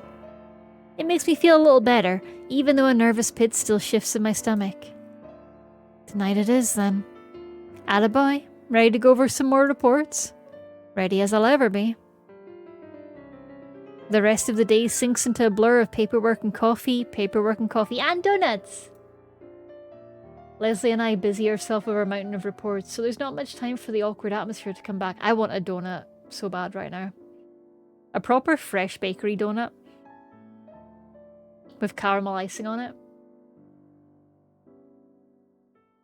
Considering how he's acting, maybe nothing really ever happened at all. Maybe I just dozed off in the hotel room and had a bittersweet dream. Hello. Richter, hello. Two hands roughly shake my shoulders. When my eyes struggle open a few seconds later, I notice how dark the sky outside is. Huh? Wait, was I? There's only one of us who can sleep for half the day, Richter. Don't try to steal my thunder. Why didn't you wake me up sooner? You were clearly exhausted. Those dark circles under your eyes make you look like a raccoon. It's cute. But listen, try to get more sleep at night, okay? I can't rely on a hazy partner to have my back, after all. And whose fault is it that I didn't get any sleep exactly? Mr. Bright-eyed and bushy-tailed over there. After we get our things together, Leslie and I prepare to head out to the speakeasy. It's already late and there's been no call from Earl, so something's obviously going on. Richter, wait. Huh? As I reach for the door, Leslie suddenly grabs my sleeve, tugging me back a little. About last night. I do remember it all, just so you know. Okay, good. This bastard. So all of today was just an act? I know, I couldn't pass up the opportunity. Please don't hate me too much. But I just wanted to tell you that, well, I'm sorry. He bites his lip, averting his gaze guiltily. It's the same look he had last night, right after he kissed me. If you want, we can agree to pretend it never happened. Things can go back to normal, we'll just be regular friends, senior partner and junior partner. Neither of us will speak of it again, and we can chalk it up to me being drunk and stupid, mostly stupid. Leslie loudly clears his throat, fiddling with his tie. Despite his self-effacing joke, I can tell he's been serious about this. Our friendship's important to both of us, so it's understandable, but... How do I really feel about things? It's not a question of liking Leslie, but last night's situation was, well...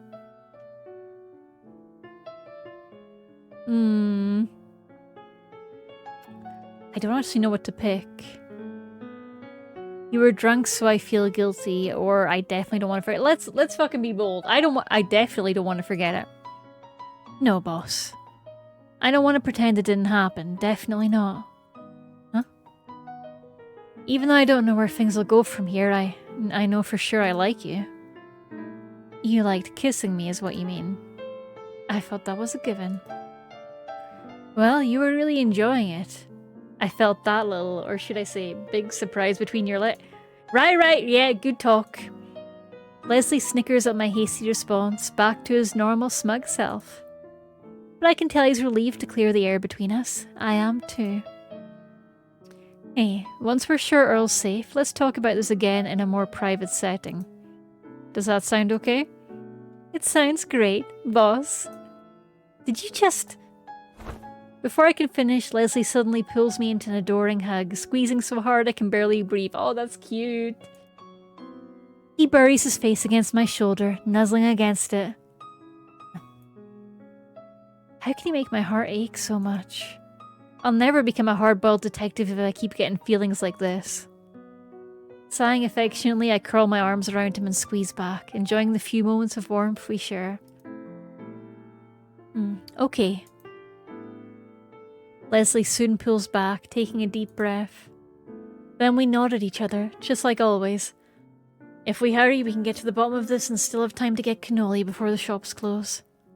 Richter, you never told me you could read minds. I'd try to stay out of yours, too scared of what I might see. Clever boy. Oh, they're so cute.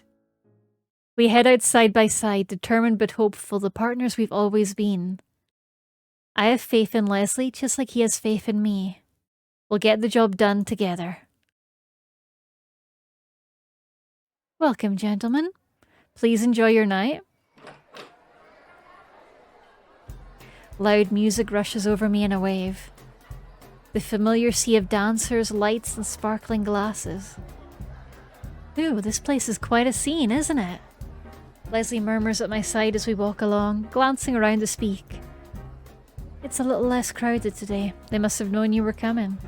Oh, low blow! As we weave our way to the bar, my attention's drawn to a group of familiar figures. Those sketchy guys from the other night, but it looks like there's more of them today. Not hard-boiled, but certainly hard. Okay, that's a good one, Dave. I nudge Leslie's side and jerk my chin in their direction. He follows my subtle gesture, eyes narrowing faintly. We exchange no words, but I can tell we're thinking the same thing. Those are Myers men. At the bar, Leslie orders us a couple of drinks, just to keep up appearances. We've got to find some way to ask about Earl, but we can't risk being too obvious about it. Jack! You finally decided to show up, When a certain voice calls out over the music, I freeze. If that's who I think it is, then... I was terribly disappointed last night, Jack. The expensive bottle of whiskey I got for you was my sole conversation partner. Sure enough, Myers saunters up with his usual sly grin, leaning one arm against the bar. Oh? I see you brought a friend. Meyer turns his attention to Leslie, studying him for a few moments before offering a polite nod. Leslie does the same, sizing the other man up silently. It quickly breaks into a smile of his own. You must be Meyer. Jack was just singing your praises, and you know I can really see why. Huh? Singing my praises, was he? My gaze meets Myers and he suggestively winks. Great, Leslie. Thanks for encouraging him. Oh boy. OT free. OT free. And whom might I have the pleasure of meeting tonight? Leslie's the name. How do you do? Wait, he's giving Myers' real name? Is he planning something? They reach around me to shake hands, each still wearing a confident smirk. How do you do? Would I be correct in assuming you're a public servant like Jack here, Mr. Leslie? You would be very correct. We met through work, actually. I see. Very interesting. There's something uncomfortable about this atmosphere. What exactly is going on? And you, Meyer? What do you do for work? Curious you should mention that. I consider myself something of a public servant as well. Oh my! What a coincidence. I had a feeling, really. The second I saw you, I thought to myself, here's a charitable man, alright. I knew it. You may not believe this, but I had the same reaction. That noble air you have, why, it speaks volumes about you. You strike me as a dutiful sort of fellow, and I respect that. Are they fighting? No, something is definitely very wrong. There's no way either of them is being serious. In fact, it almost sounds like... Actually, Meyer, I have a question for you. Pausing for a moment, Leslie glances up at the clock. It's only a quick look, but it seems deliberate. Of course. Please, go on. You didn't happen to see a man around here the other night? Dark shaggy hair, pointy nose, brown eyes, walks with a slight limp. Meyer brushes a hand through his hair, eyes slowly drifting to one side. It's very possible. That description sounds quite familiar. But you know, Mr. Leslie. Information often comes with a price. At that instant... Ah! It's the cops! Deja vu! Deja vu! The speakeasy door flies open and a small group of officers rush in. Screams echo through the parlour after the music cuts off, but the cacophony quickly goes silent. Ah! Pew pew pew! It happened again! It happened again! As the officers pull out their guns, the mafia types grab their own pieces, pointing them back at the officers. Leslie, what? Richter, please. Leslie sharply raises a hand at me and I fall quiet, stunned. This wasn't the plan we discussed. I thought we were supposed to wait for more information. And Leslie did this because he thought I'd be too soft on Meyer. I suggest you cooperate with us, Eastman, and give us the agent's location. Mayor doesn't seem nearly as shocked as he should be. I've gone back to calling him Mayor. Meyer doesn't seem nearly as shocked as he should be. How can he be so calm? He had no idea this was going to happen, did he? Alright, I'll cooperate with you. But please tell your men to lower their weapons. I'll do the same for mine and we can discuss things calmly without threat of accidental bloodshed. Agreed? Leslie hesitates. There's a very strange degree of trust going on here, but I get the sense that neither of them wants it to end in violence. I know Leslie hates hurting anyone, even criminals, and Meyer doesn't seem like the type to enjoy it either. Understood. Both of them exchange looks and simultaneously nod at their men, who slowly, reluctantly, lower their guns. The tension in the room eases a little bit, though it's still far from calm. Let me preface by saying your man is safe. He's been held in the back room, properly fed and watered. In fact, he's already gotten to know most of the men. A very likeable fellow. That does sound like Earl. That guy can get along with just about anyone. Why did you capture him then? To use him as bait, naturally. Bait? Meyer nods, giving me a slightly apologetic smile, though he looks too pleased with himself about it all. You see, after our friend Jack showed up the other night, I was struck with an idea. I knew he was a detective before he so much as walked in the door. Your informant's working for me. So I decided to have a chat with him. You mean back there, that was... Don't get me wrong, Richter, I was enjoying every second of it. But I've been looking out for a way to work out an arrangement with the law in Cleveland for some time. You're a hard-headed sort here, let me tell you.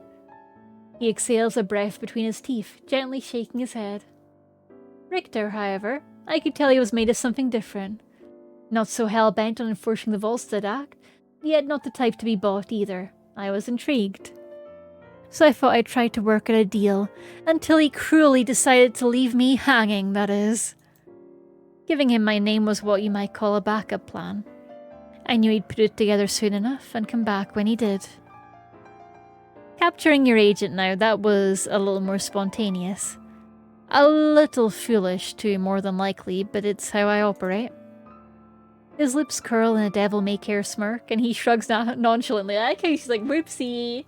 I got impatient, so I kidnapped your guy. Whoopsie daisy. Teehee, teehee. You really had this all planned from the beginning? Wasn't it a huge risk? Of course, but a calculated one. Meyer casually waves one hand as if brushing away my disbelief.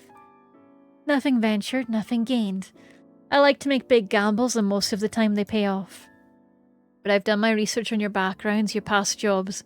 I knew you wouldn't simply raid my venue without showing a little of your hand first. So you could say the chips landed where I thought they might. It's suddenly all too clear how this man became a mafia leader. He's got the right mix of planning, risk-taking, and charm, all wrapped up in one dangerous package. Ah, phew. I feel like a man who just just got cheated out of his fortune at cards. Leslie rubs his cheek with a hand, blinking rapidly, as if to try and understand everything we just heard. I can't blame him. I knew Meyer was sharp, but I had no idea he'd planned everything out ahead of time. In every route, Meyer wins. Good for him. I'll admit, despite the fact that your methods are incredibly questionable, you've made me curious. You mentioned a deal, didn't you? What kind of deal are we talking about here? Leslie. To my surprise, Leslie cautiously questions Meyer, one eyebrow slightly raised.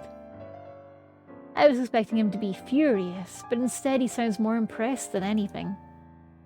I was hoping you'd ask that. Why don't we discuss matters privately, on neutral ground, in a hotel? Pew pew. A moment, if you don't mind. Leslie pulls me aside. You really trust him enough for this? Normally I'd say it's suicide, but this Meyer, he's not like any other man I've ever met. It's like talking to the chief of a big corporation, not a mafia leader. He scratches his head, clearly baffled. It says cooperation, but I think it means corporation. I think it's a typo. It's not like I can blame him. I felt the same way when I met Meyer the other night. I don't think he means us any harm, boss. He's still a gangster, obviously, but I do think he really wants to work out a deal. All of this would be way too much trouble otherwise. And honestly, I'd like to hear what he has to say. My thoughts exactly. You think we should hear him out then? After a brief moment of hesitation, I nod. He works for the co-op. I was also thinking of making a co-op reference. He works down at the Coopy. We're playing with fire here and we both know it, but that's nothing new for us. If you don't mind me saying, Mr. Leslie, I gather you're the type to take precautions. Should the two of you not show up in perfect health tomorrow, I'm certain I'll have a big hassle on my hands, and that's not what I want, I assure you. You really did do your research, didn't you? It's a favourite hobby of mine, he's so cute. He's so smug. So that means you know what size underwear Richter wears. Boss! I'm afraid you'll have to barter for that information. Well, you drive a hard bargain, do you? I like that. God, the OT free, the OT free! I feel like my only ally just switched his colours. Great, just great. After a little more discussion, the three of us settle on a hotel room for a meeting spot. The patrons are promised free drinks. The three of us head to the hotel with our respective men. I can't even begin to imagine how tonight will end, but I have to hope for the best. We would do? I hope this isn't the part where we get shot by a sniper through the window. The restaurant across the street wouldn't let my man inside, unfortunately. Ah, what a relief. Bonus scene.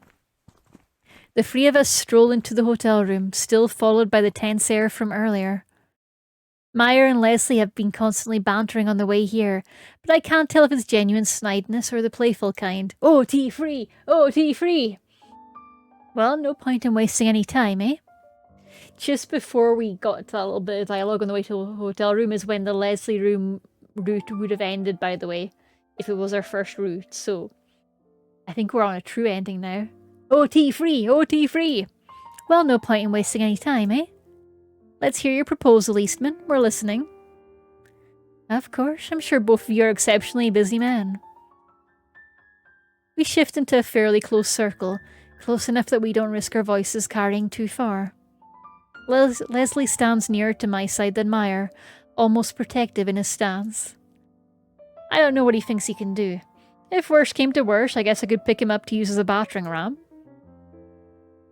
I assume you're already aware of my influence in our city, and the control I have over a large amount of business. But I'm not without competition. There are a number of smaller, persistent groups that, while less organised, are still significant. And as a result of my extensive network, I'm very familiar with the movements of these various outfits and their leaders across Cleveland. In English, that means you know what the other gangs are up to, right? Precisely, Richter. He winks at me almost imperceptibly, like I've finally been let in on some inside joke. He's so proud of me. He's like, yes, good boy, Richter. Good boy. Good job. I propose that I offer a steady stream of that information to you. More than enough to fill the reports for the FBI, surely, at least for the time being. You'll discover a new warehouse to raid every other week, one that coincidentally belongs to a different organization than my own. Funny thing how coincidences like that happen. Leslie quips dryly, glancing between Meyer and me.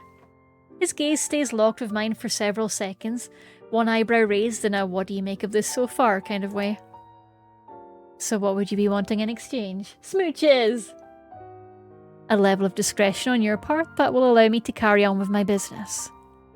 Meyer murmurs his terms rather naturally, blowing on his nails and polishing them nonchalantly on his collar. I'll see to it that my men keep their noses clean. After all, I'm interested in providing alcohol to customers, not filling the streets with the bodies of my enemies. Very poetic. There's certainly more where that came from. Oh my god, he's flirting with us both. OT free, OT free! He doesn't even make eye contact, innocently gazing in another direction, but his tone is teasing enough to get the message across. Leslie narrows his eyes a little at Meyer. Is he trying to read him, or has he already made up his mind? Believe me, I don't doubt that a part of this conflicts with your sense of justice as detectives. After speaking with Richter, I wouldn't expect anything less. But you're both logical, practical men.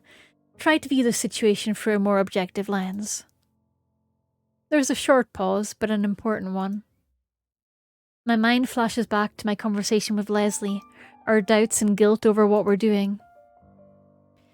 If you took me to jail right now, and by some miracle managed to convict me, someone else will only step up to take my place.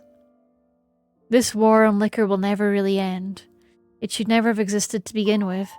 All it succeeded in doing was creating a different sort of industry, a more dangerous one. With all that in mind, his dark green eyes flick from me to Leslie and back to me. Why not compromise and make your employers happy in exchange for making the American people happy? Once he finishes speaking, a long silence falls over the room. Leslie rubs at his shoulder with one hand, staring at the floor with a deep, brooding expression, and I fall into my own complicated thoughts. I've always wanted to control crime, uphold the law, and fall asleep with a clean conscience every night. But when it comes to prohibition, that same question keeps resurfacing in my head. Is enforcing this law really the right thing to do? Should we follow federal orders like mindless slaves, or should we make up our own judgments in cases like this? I steal a glance up at Meyer. He returns my gaze with a gentle, calm smile, eyes glimmering curiously. Richter? Leslie turns to face me, his features carefully composed in an unusually neutral mask. Any thoughts?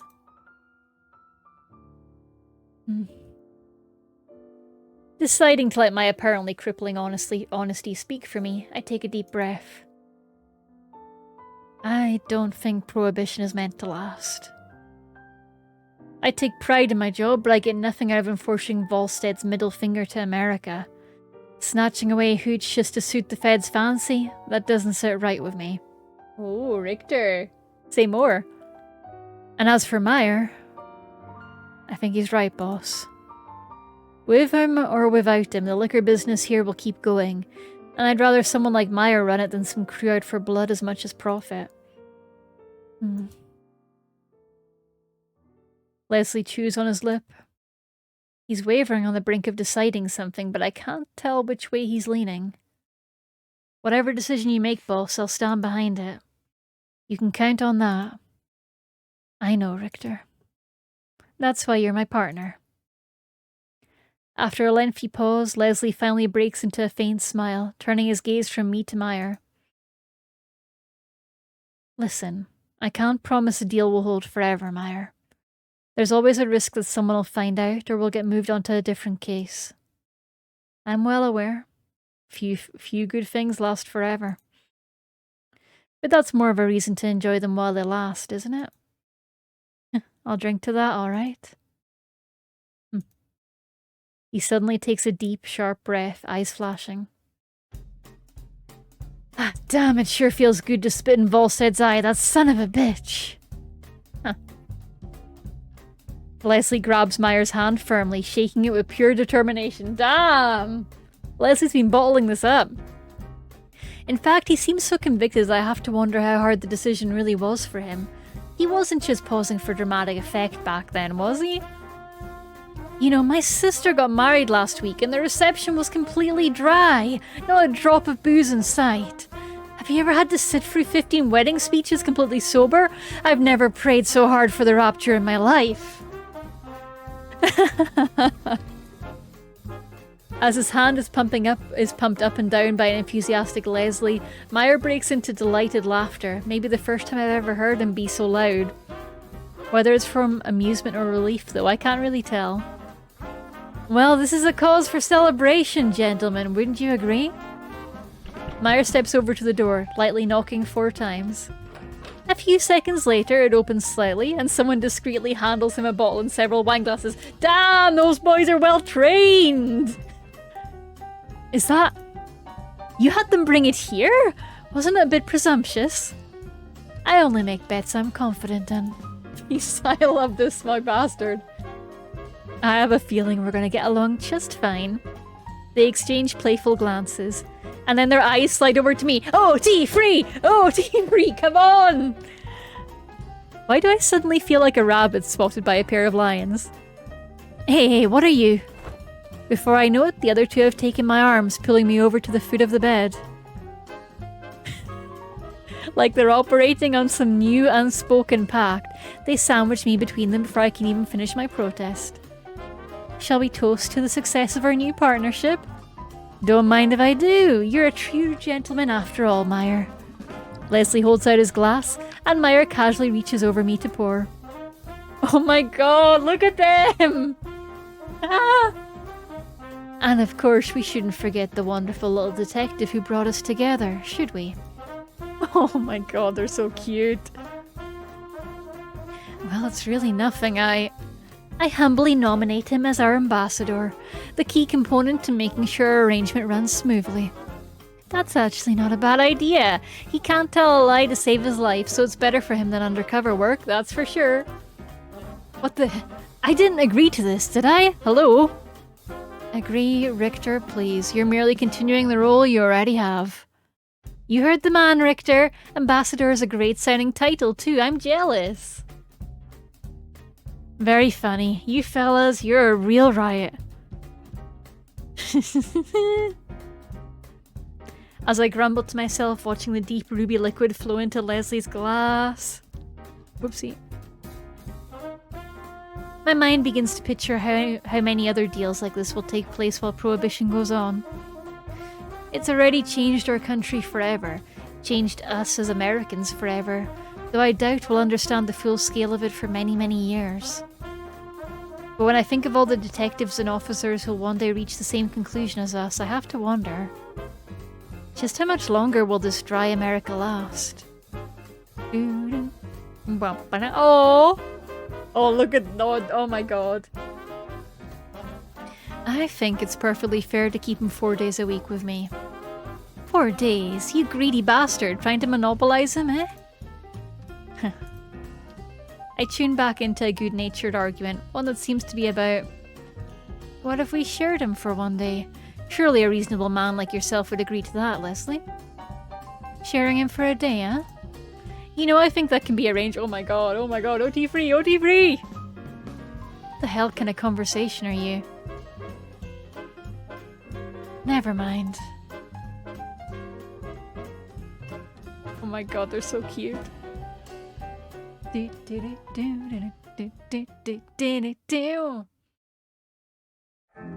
Prohibition lasted from 1920 to 1933. Is that correct? Am I reading that right? So there's only 13 years of it. Writing and programming by Dova. Management by Gamma. Art by Yoru Tenchi for the sprites, Leslie63 for the backgrounds, Pialit for CGs, Elfie Key Visual. Composers were Paul, Jason, Ned, Tim, Francisco, Alexander, Ben. Proofreading Fairfax Lisi. Patrons Alicia, Alexis, Nathaniel, Nick, Valkyriana, IT Guy Terra Firma, Hannah and Dia, and all the other patrons who've supported us. Thank you for playing your dry delight. No man is an island entire of itself. Every man is a piece of the continent, a part of the main. John Donne.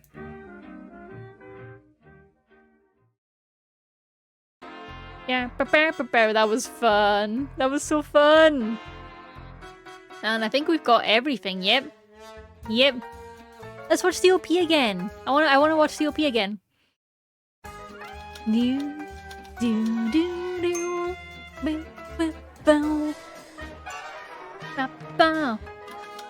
August Richter. I forgot his name was August. Leslie Clark. Meyer Eastman. Definitely not a gangster. Dova, writer and programmer. Management Gamma. Art, Yoritushi, Leslie, Elfie, Pialit. Oh, I love this feature art. It's so good. It's so good. Oh, that was your dry delight. Another game in the bag. Happy Pride Month, my lovely, lovely people. It has been a pleasure gaming with you tonight. But for now, it is time to get ratings. Stretch. Thank you, Nocti. I hope you had a good time. I certainly did. We got our OT free ending. I'm genuinely impressed we got that, honestly. And I wonder, did we get all the achievements? I imagine we did.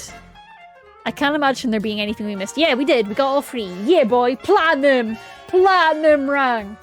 It has been an absolute delight hanging with you tonight. Have a great weekend. I can't believe I called it TBH. I'm so glad you did, because hell yeah. Like, we often joke about how the peak ending for any dating sim is just they all get together. But it's so rare to actually see it.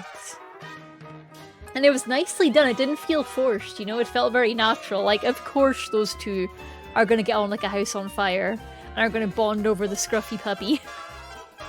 I love it. But yeah, what a great game for Pride Month. I'm so glad that we played it. And it's free on Steam. You can play it yourself. You can platinum it for free. For free 99. For free 50. I hope everyone has a great time with the raid. It's been amazing hanging with you. I hope you have a lovely, lovely weekend. I will be back on Tuesday for more Digimon. Digital monsters. Digimon are the champions. And then more streams to come. Much exciting stuff ahead. But look after yourselves. Have a great start to your week when it comes around. And I will see you all very, very soon. Alright. I'll head to the BRB, to the ending screen actually, while we get ready to raid out. But love you all. Have a good one.